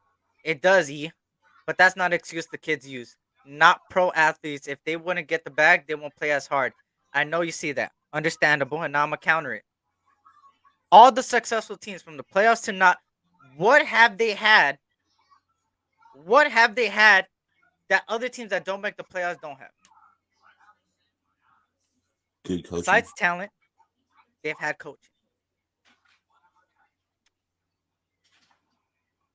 Well, this was last year, OG Fade, when they made the Super Bowl, bro. I went to the Super Bowl press conferences. You got a tire pumper? SC Facts, brother. Why was John Madden a Super Bowl winner? Why was John Madden a Super Bowl winner? Oh, I don't know, JPH. Let me think. John Madden, one of the most successful coaches, one of the most iconic Raiders. There's even a football game named after him. Oh, yeah. Because players loved them. Exactly what you said. Players loved them, and they let them play to their personal strengths. There it is. So let's take a team, right? Let's take a team. Both teams have talent all the world. I'm gonna just make up a team, right? You got the Vipers and you got the Stingers, right? The Stingers have talent in the world, but they have a coach that lost the locker room, that no player wants to play from, and the team is dysfunctional. But they have a lot of talent that half of the people got their extension and got their money. Now, and those people that got their money, they're playing for themselves, whatever. They're just hypothetically. They're playing for themselves because they got the money that motivated them. That's their self-motivation. The other players are lost in their head and they need somebody to help them out. Now, on the Viper side, right, that's the Stingers. Now you got the Vipers. You got decent talent across the board. They got a superstar here and there. And many of the team, and they have a coaching staff that is motivating them to play and play with heart and passion, and the locker room is all together and they're playing for each other. Now you take both teams. Who do you think is most likely to win? The motherfuckers that believe, the motherfuckers that are motivated. So Gravy says football was different back then, not even compared to today's game, my guy. So you're telling me right now, a team full of self-motivated guys is going to beat a team full of people that are playing with each other and playing for the coaching staff. So now, let me take what you said, Gravy, because this is a good debate. I missed the debates we've had, Gravy. Look. Send Gravy the link. You know what? I don't even think I have them anymore. Oh, shit. Oh shit. Happy birthday to Raider Ben, man. I did not know this. My bad. Oh, Raider Ben's birthday is on the 15th, but he's doing his celebration tonight for Black Saturday. Oh, okay. I feel good. Happy early. So it's early birthday, right? Right. Making sure. My bad. I don't think I have. But shit, I'm just debate with him here, and I'll send him the link next time. He's on the road. See, Okay. football was different back then, and I'm compared to today is my guy. Okay. I think that whole like comment there, I think that is more on the players, and this is what I mean, right? Why does so many players want Carr out? They're saying that the game is moving away from pocket quarterbacks and going to mobile quarterbacks. The game is different. Why is the NBA being different than what it is back then? Because the rules have changed. The way players play have changed. We got people like Jokic shooting half court shots. And did Bill Russell shoot half court shots? Did Kareem shoot half court shots? No, they didn't. Did Shaq? No. The game has moved on from back then. Now, as far as coaching, a thing that coaching has never been different is that you always need a coach out there that makes the players want to play for them. If a player doesn't want to play for them, they're not going to play. That's just how it is. That's just how the league is now, even too. And we've seen it with this team. This team lacks motivation. This team lacks playing for each other. The reason why this team was successful last 4 games last year, we weren't supposed to win any of those games. But the reason we won it is because they played for each other and they played for their coach. It matters. It matters a lot, believe it or not. It matters a lot. It matters a lot that they have to play for their coaches. But I'm also saying, like I said, I talked about it other lives, is that execution is a big deal too. Sometimes the players have to execute. Sometimes when the play calling is good, they don't execute. Now, why do you think the players are not executing? The same players that have executed before and we've seen execute plays and we've seen execute, why are they not executing them? That goes back to my point. They're not executing because they don't want to play for their coach. It looks like it. The locker room's lost. They're not on the same page. We got people indirectly shooting each other. And at that point, whose fault is that? Why the team is not intact and they're not executing and they don't want to execute. Yes, part of the problem is the players for not finding self-motivation. But when somebody's lost and somebody doesn't have self-motivation, that's the perfect opportunity for a head coach to step in and tell you, hey, keep your head up, play. I got you. You got me. We still got a job to finish and stuff like that. And that's where a coach comes in. Where the team's at right now is that they don't have no self-motivation. Now that's where a head coach needs to come in and do what a head coach needs to do. But he's not doing it. Big fat. It's a whole nother game being an HC from an OC. So all I'm saying is this, Gravy. Don't think I'm defending Carr or I'm defending Josh Jacobs or I'm defending the players. If you heard my streams the past 2 days, I've been bashing Carr. Ern even knows. I even got in a debate in the beginning with him. I went after Carr, but I'm going one by one. I think there's a bigger problem than the players, and it's been for years. The other day, if you go back to 2 of my lives ago, I broke down every head coach we've hired since 2002, every owner we had, draft picks we had, and the records we had. Why have we been so bad? Because we give the wrong coaches the right deal. And what I mean is, if we give the right deal to the right coaches, it will be successful. If we give the right deal to a wrong coach, it's gonna look exactly like this. And why Dennis Allen shouldn't have even been qualified before coming to the Raiders. Jack Del Rio wasn't even qualified. He was shitty with the Jaguars, believe it or not. Lane Kiffin. John Gruden was just a name. He was out of the league for 8 total years, and we still gave him an opportunity, right? And who knows what would have happened crossing, but now we would never know. That's what it is. There's a bigger problem than the coaching and players, and I think we have to start looking at Mark Davis, man, and looking at this ownership. I think this ownership is smart when it comes to the business side of things, but I think when it comes to winning, they lack it. But now that's that's the one thing that no matter what we say is never going to change is the ownership. There you go. Now I got somebody backstage. All right. I got somebody backstage. We if you seen our live yesterday, I believe it was yesterday, or I believe it was Thursday. We made a little bet on shots. Today's UFC fight is gonna be interesting, and I know I'm gonna make sure I text Gabe every time I win. And if I lose, he ain't even gonna get a reply. Best believe he ain't gonna get a reply, bro. He's gonna get left on red quickly. My brother here, man. My SoCal brother in here, man. And I had the opportunity to meet him the other day, and hopefully meet him again, man. Really cool dude in real life, and cool dude on the panel. We gotta get him to 1,000, just like Earn. My brother here, you already know, man. 420 all day, man. Every day. Raider Gabe. Gabe. Who's cracking, man? It was good, man. You ready to lose today? You ready to lose today, bro? You ready to lose? No, I'm gonna win, Hey, I ain't gonna lie, I'm scared now, bro. The way fucking Poirier was talking, bro, I ain't gonna lie, I'm a little scared on that one, bro. Hey, did you see fucking how the what's his name came out for the weigh-in? Like that fucking painted like red face with the fucking Indian shit. The Indian That's thing crazy, like that. bro. Yeah, I seen that. What? Yeah. Hey, Who is that? Adesanya, come on, bro. Come on. Pereira, the dude from Brazil. Oh, okay. World Like, Cup. look crazy, but yeah, that's just gonna be some good fights, dog. Even in the prelims. The prelims has like Frankie Edgar. They have like all kinds of good fights, dog. It's a good card. It's a good card. I'm waiting on 282 though, bro, because John Jones, They always put the good he one. They always hinted it. put the. Bones They always Jones try is to coming put back. the best. They always try to put the best card for December. They like that December and July, because July's that International Fight Week, and then they put a big card for that one, and then they always put a big card for the end of the year. So the last card of the year is always a big card. Hey, bro, I want John Jones to return, bro. Hey, he hinted, bro. He put 282. He tweeted it. He put 282 with praying hands. I'm like, whoa. Okay, Now, so that's now my favorite fighter ever. what happened to the Eric that loved this new regime in New England way? Earn, back me up on this. Did I like him coming off? Did I like this regime?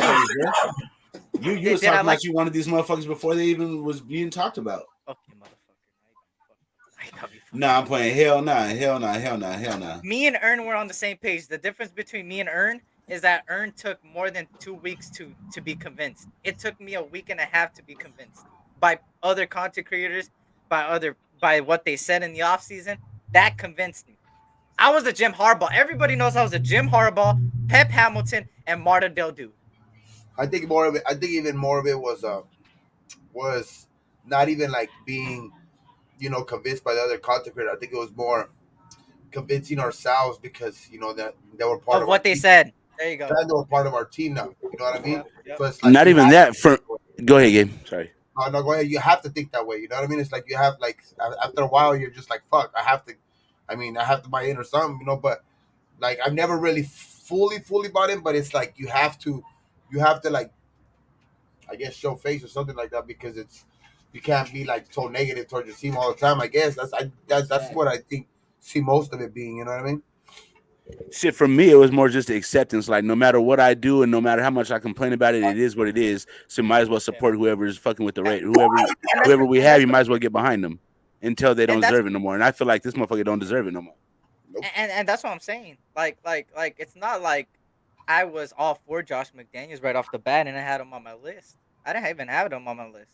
But I got convinced. Like Gabe said, I got convinced. So, of course, whether or not I liked it or not, he was wearing the silver and black. Same thing with Carr. Carr is the quarterback until he's not. And once he's gone, I'm still going to rock the Raider colors and I'm still going to go to games, regardless. I'm still going to games this year. I'm going to the Rams game and most likely New Year's. Like, me too, dog. I still got 2 games to go to this year, too. Yeah, the Rams game and then the week after that against the Patriots. Yeah, I wanted to go to the Patriots one, but I guess I think we're still going to the New Year's. I have to talk to my brother. I don't know if he's coming today or tomorrow.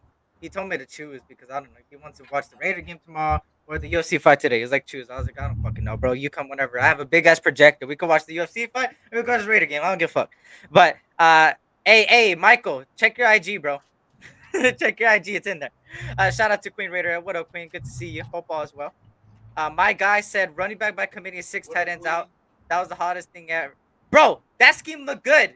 Now they're running. I don't know what the fuck they're doing, bro. They're like, bro, like, I don't, bro. They completely blindsided me. They blindsided the nation, and fuck you, McDaniels. I'm on the fuck you, McDaniels train.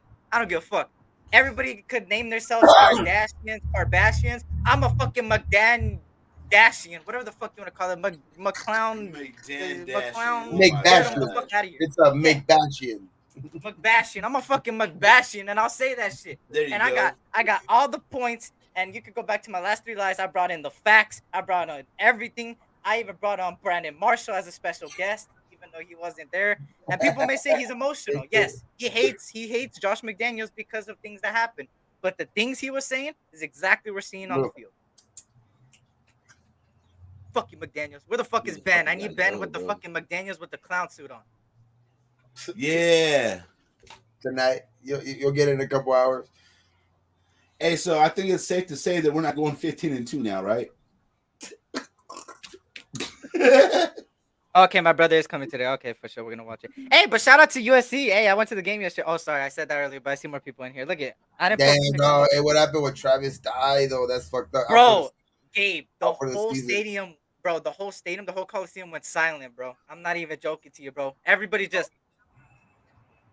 like, out bro. for the season, dog. He was there, bro. It was so sad, bro. I ain't That's gonna fucked lie, up. bro. That's so fucked up. That's so.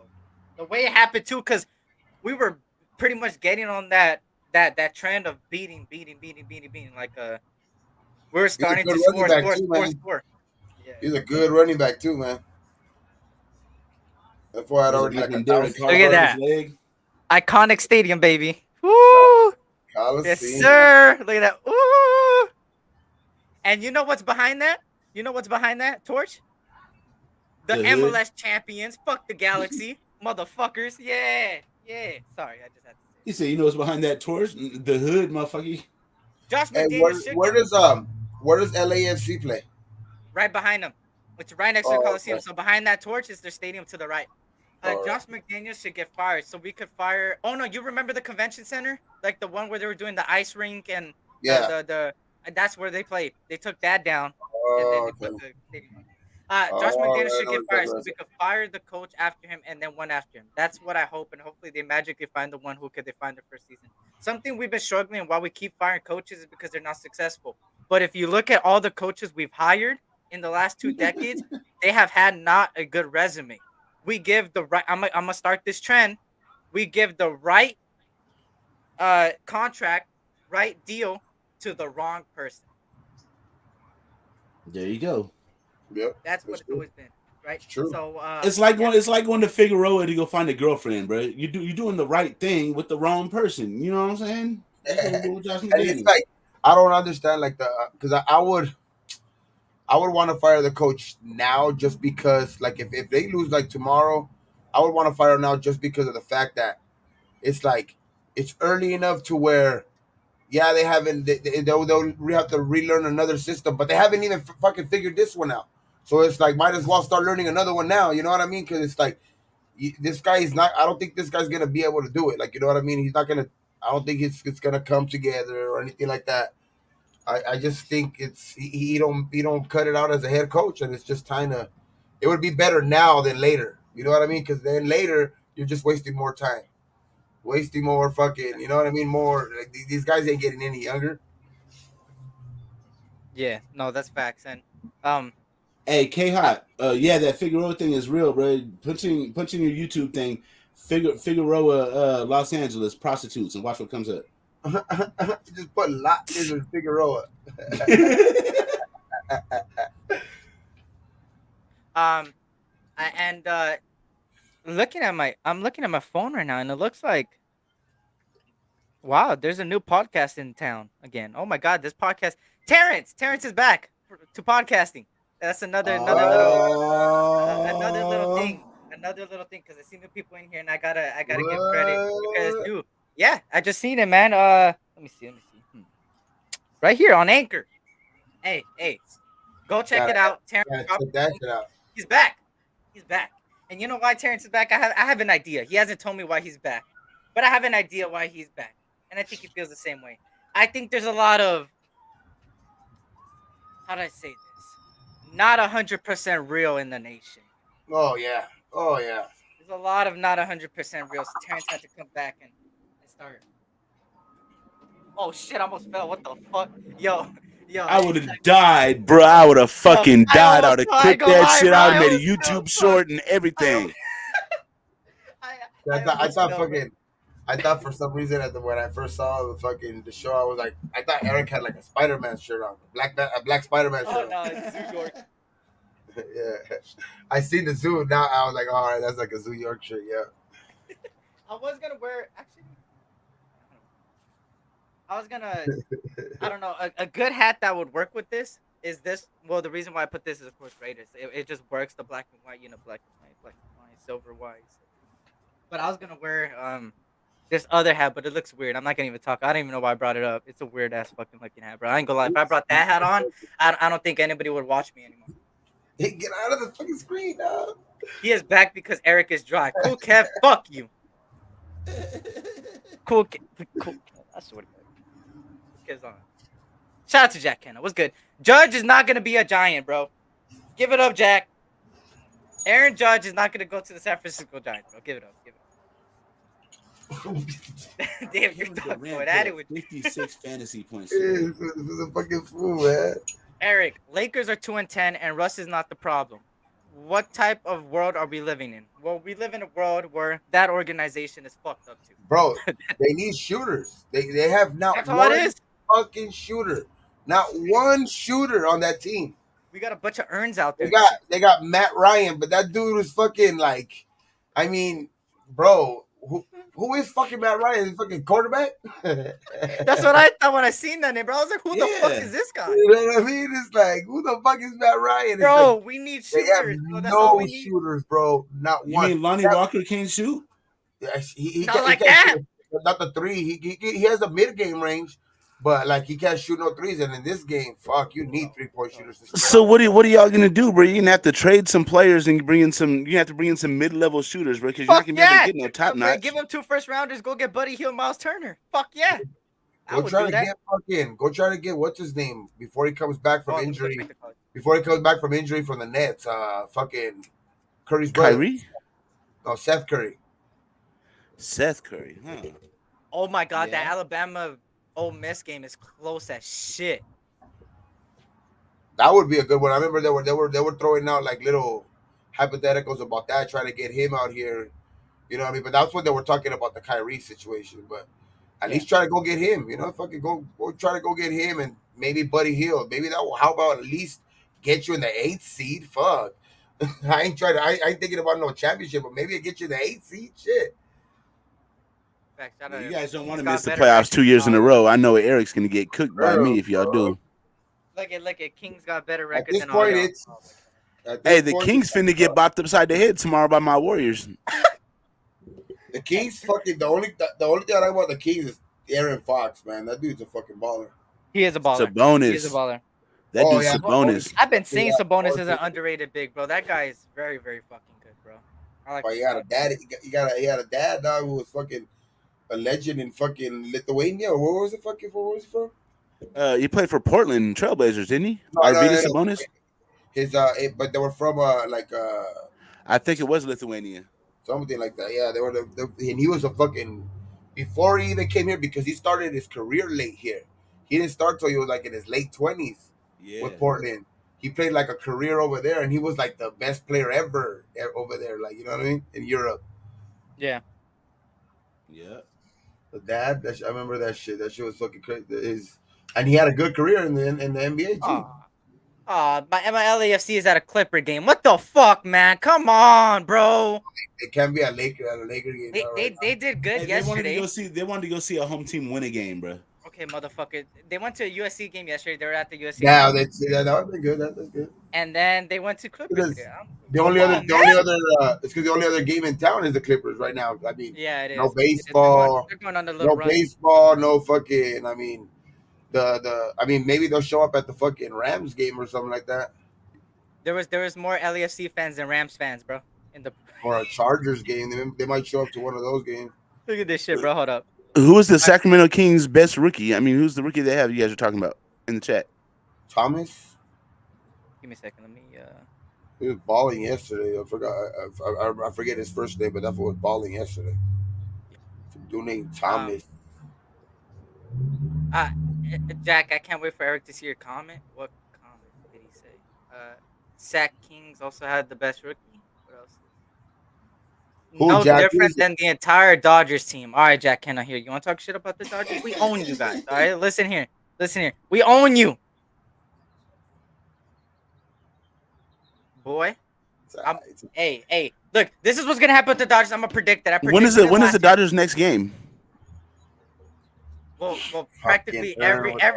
Oh, no, the season's over now, so that one doesn't work no more. Okay, I got you. It don't work, motherfucker. Every team plays until next month, bro. Fuck. So that one don't work no more. Okay, look, you win. This is what's gonna happen with the Dodgers, bro. I'm about to predict this shit. Dodgers just re-signed Kershaw. Hell yeah. We're gonna go re-sign Anderson. We're gonna go re-sign fucking. They just declined Justin Turner, or Justin Turner just declined, so he looks like on the way out. Now this is what I'm gonna do. Ready? I'm gonna go out there, get Carlos Correa. Believe it or not, I don't give a fuck about the Astros no more. We need a dog like him in the playoffs. At the end of the day, I'll get Carlos Correa. Then I would go out, test the market, and I would go get what's his name? Carlos ex-Giant. What's his name? Rodon. What's his name? The pitcher.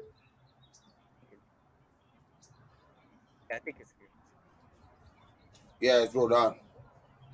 I think Trey Turner's on the way out. I don't know how you feel, Gabe. I think he's on the way out. I think it's well, he declined. I think more to because he knows he's not gonna take that contract because it's way less than what he's gonna get if he tests free agency.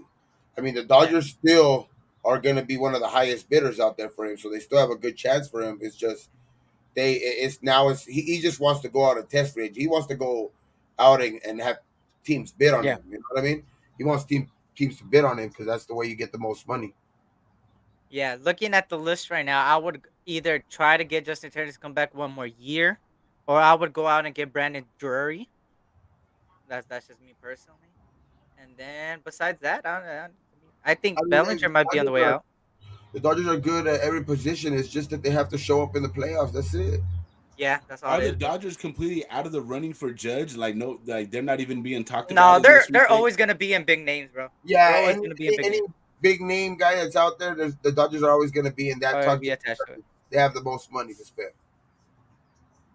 Yeah, that's all it's going to happen, bro. But I think Trey Turner is going to become a Philly. I think he's going to go back to. I think he's going to go back to the East Coast. He does say he wants to be in the East. Yeah, so I think he likes the East Coast, so that might be one. But Judge, then again, I think he said that he prefers to be over here. Yeah, like in the West Coast. So then again, that's where I think Jack, you might have a better case there because he said has said that he wants to be on this side over here more. So you might have. I mean, he's a Fresno State guy. Hey, I heard that he was going to sign with the A's. You guys heard that yet? I mean, hey, you would have to sell all your players. Hey, he's going to sign with the A's to go back to the Yankees. Sign with the A's and get traded to the fucking Yankees, huh? Again. Judge is just a Fresno State dude. You know, he's from California. You know, he grew up playing baseball in California. So there's that little link. But I mean, if I was Judge, I would just want the top money and whoever would give it to me, whether it's the Yankees or somebody else. That's what I would. Either way, I'm not tripping. What happened to Walker Buehler? He had Tommy John, no? Tommy John surgery, and he's resting. Yeah, he won't be back till he won't be back till probably like season, bro. I'm saying like if he even like come back probably next year till late next year. Yeah, we got a good rotation. It's just we need a little bit more of healthy guys, and players that show up. Urias is always he's gonna be good for the years to come. Urias, and then you got Anderson was a fucking surprise. You got fucking Dustin May coming back, and he looks fucking still good. Kershaw, you know what I mean? And then you got who was the other? Oh, Gonsolin. You know what I mean? If he could fucking, you know, come back healthy again too. He was fucking on the pace to get the fucking Cy Young. He was like 16-0 or something like that at one point. Yeah. Wait. Yeah, he was. He lost that one game where the offense didn't help. Yeah, so I was like, fuck, how the fuck is this motherfucker 16-1? Why would Judge go to the Yankees farm team? Damn, Twan's throwing shots now. Fuck. And he's a fucking Ace fan. No, he's a Giants fan. He's a Giants fan. Oh He's a no, Giants yeah, fan. he's a Giants fan. Damn it. Jack Henna says, just like Jock grew up. What did Jock do to the Dodgers this year?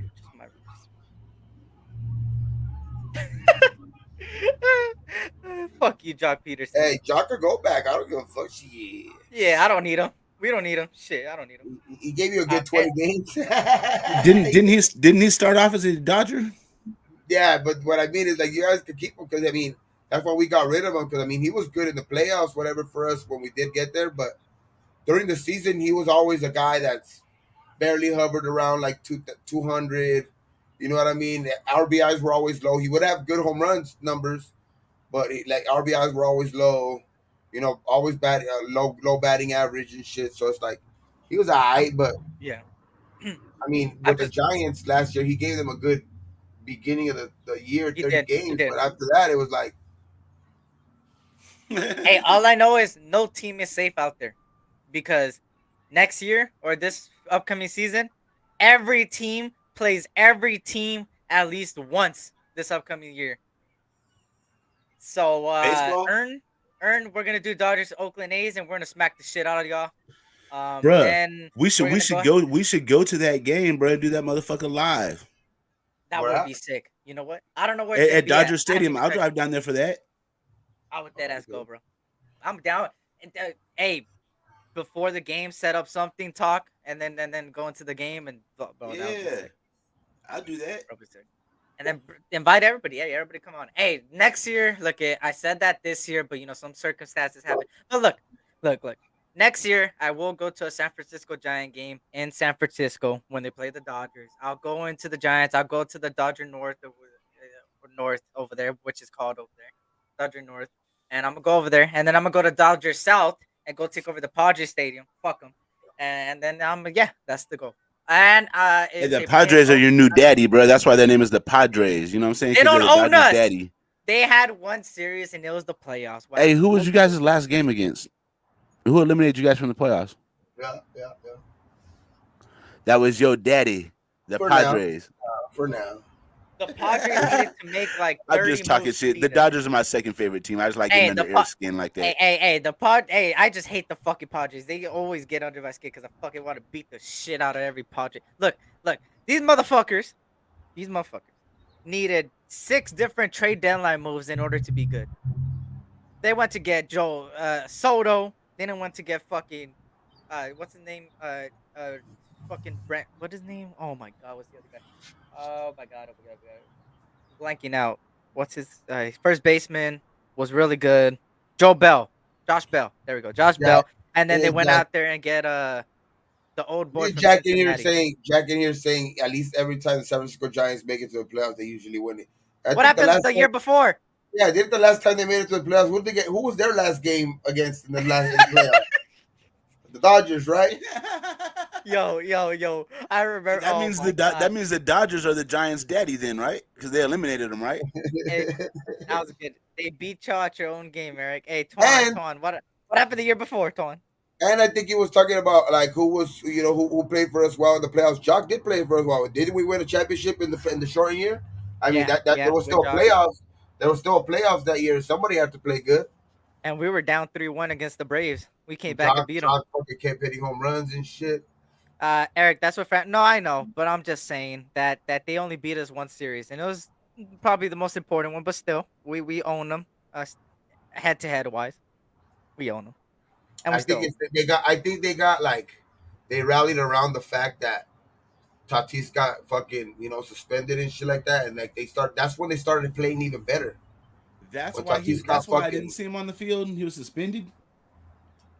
Facts. And before we head on out, because I see Gabe going live 420. See, I told you, back-to-back shows. We got back-to-back shows. It wasn't as early as planned. It wasn't as early as planned, but hey, you still got back-to-back shows. Yeah, you already know, man. And I'm gonna try to make it because my brother's. And then after Gabe ends, then you roll right over into Black Saturday. Yes, sir. Yep. There you go. So, at the end of the day, it's all fun and games with everybody, man. MLB, everything, NFL, and I know I got my opinions. Gabe got his opinions. Ern got his opinions. Doesn't mean we're right or wrong. Also, it goes for the nation. Doesn't mean you're right or wrong, but at the same Yeah. time, you got to look at the big picture with this team. There's bigger problems than just one person. I'll tell you that much. And if you think I'm defending people, just go back on my lives and you'll see that I really didn't defend anybody. I just take part by part and I criticize and then criticize here and criticize there. And then, I don't spend 3 hours just talking about Carr and his replacement because uh, I don't want Short, the wannabe Kyler Murray, Bryce Young, and I don't want CJ, the Ohio Stroud either. I mean, I don't want either. I think there's very good quarterbacks besides him, and I think it is almost time to move on from Carr. But I just feel like we're still gonna ride with him the rest of the season. There's no trade clause for him, and the trade deadline's passed. So we'll see what happens. Anyways, Ern, let them know where they can find you. Talk. Go ahead. What show are we on? We're on our show. Okay, so yeah, you can just find me at Westside Media. You find me on Saturdays, over here, Westside Experience, fucking with SC. You find me on Gabe's show, fucking with Gabe and Dirty Low. You just find me everywhere, man. You know what I'm saying? I'm like Pocket out here. I get around. If you don't mind, tap that little button, little subscribe down button down there in the corner for my boy SC. You feel me? Please, Go ahead, Gabe, what you got? What you got? Yeah, when I'm not being fucked by this dog, it's when I'm not being messed with by this dog, it's like catch me right here on fucking YouTube, fucking Raider Gate 420, dog. Just yeah, we're gonna have a show right now at 420. You can catch me, tune in, fucking like it, fucking subscribe, like, you know what I mean? It's on the road to 1,000, so it's we're gonna be grinding, so we're gonna be doing a little bit more shows now. So yeah, you can catch me there, man. Catch me right now, like in 20 Road to minutes. 1K, So, road to 1K. And there's some people that is hitting 1K. Well, I want to congratulate some people. I think Ben hit 3K or he's about to. Prez just hit 1,000. Well deserved to him. Hey. Allegiant, Raider Allegiance, Lunatic is close to 1,000. Actually, he's very close. Loom. We Run that gotta shit get up for Gabe. Loom. We gotta get Gabe at least to the halfway point by the end of the season, man. Run Try that to shit get up to for 1,000 Gabe, in the man. off Come on season. now. Earn also needs to get to 1,000. I think Earn needs to stop doing Madden and maybe people would subscribe because he sucks at Madden. So I don't know why the fuck he even does that. And nobody wants to see GTA where you're not even talking, boy. Yeah, I'm just kidding. I'm just talking shit. But go follow Earn over there. Does Warrior shit, Raider shit, and also we're simulcasting right now from both channels. We're also all that. Who else? Who else am I missing? Um, oh shit, oh miss, probably that's get about on it. me. Dirty just hit 2K. I'm on the road to 2K. Oh no, he just hit 1,500. I just hit 1,500. My brother ECG, that's the Jacksonville Jaguars I brought on. He just hit 1,500, and me and him are working on things. Just letting y'all know, we charities are coming soon. Streams for bigger causes than football are coming soon, For and it's gonna sure. be bigger than football. You feel me? So stay tuned for that. I just wanted a Yep, big enough platform. we're gonna do one of them shows for the Get Earn a Ferrari Testarossa Fund. Okay, Yeah, not yeah. that type of fucking. Nobody gives a fuck about Ernst No? Ferrari, whatever the fuck you want. Oh Hey, man, okay, shit. purple and gold. Yeah, we on right now, like in 20 minutes. Purple and gold. 20 minutes. 20 minutes, y'all. 420. I'll be in the chat because my brother decided to come right now. So I need to go hang out with him for a little. But I'll probably stay tuned if you're still live later. But I'll be in the chat. Make sure everybody goes over there. And Terrence, if you could please drop Gabe's link right now and Ern's link and go click on Gabe's link because he will be going live in 20 minutes and you'll most likely see people like Ern there and other people on there. So go over there. They're gonna talk everything Raiders, maybe UFC, everything in general. Smoke back, Every- chill, and be cool, right? GA Page just says SC. I have one subscriber and it's me. Shout out to I'm GA. finna go to GA Patriots shit right now and subscribe, bro. Because There that we ain't go. cool.